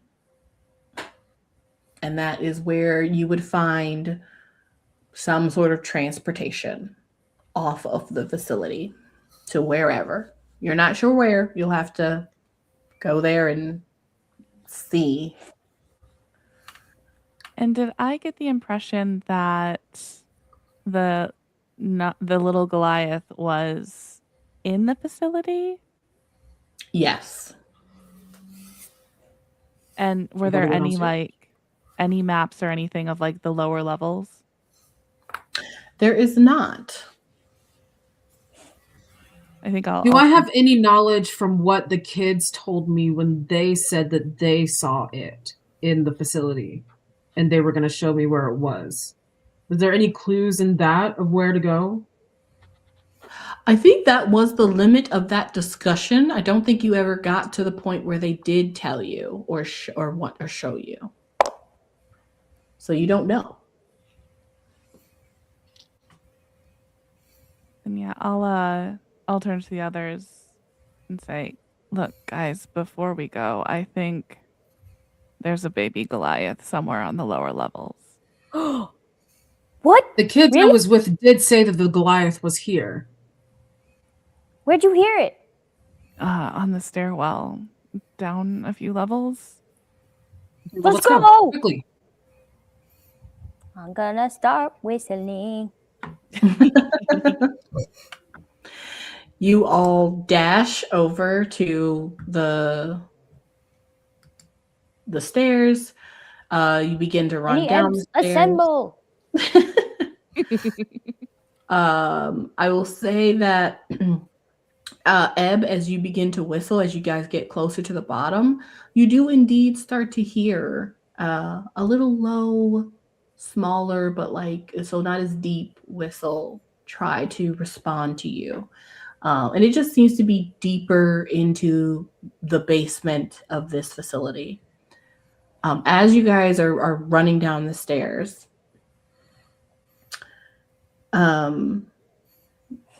Gia, I think about right when you guys get down, at first it's just kind of like a pins and needles on the bottom of your feet, as if maybe your feet hurt. But by the time you get down to the bottom and you guys can kind of see, it's very dark down here. So someone is going to need a light or find a light to turn on. It's just basically a long hallway with pens, or not pens, but cages or bars, like basically a little jail down here. And so you'll need to go through this long hallway to kind of find what you're looking for.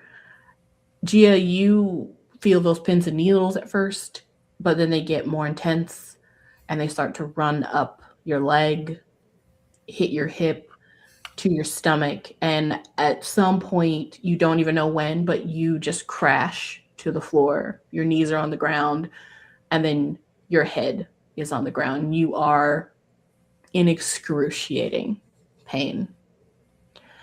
And I think that's where we'll stop for the day. Ah! No, feels weird. No. So thank you all for playing. Thank our audience for listening. And we'll see what happens. Hopefully you'll find the little baby. And hopefully Gia will survive. Yeah. We'll see. Well, Can't wait for my next crit roll. It'll be fun either way. And we will see you guys next time. Bye-bye. Bye. Bye.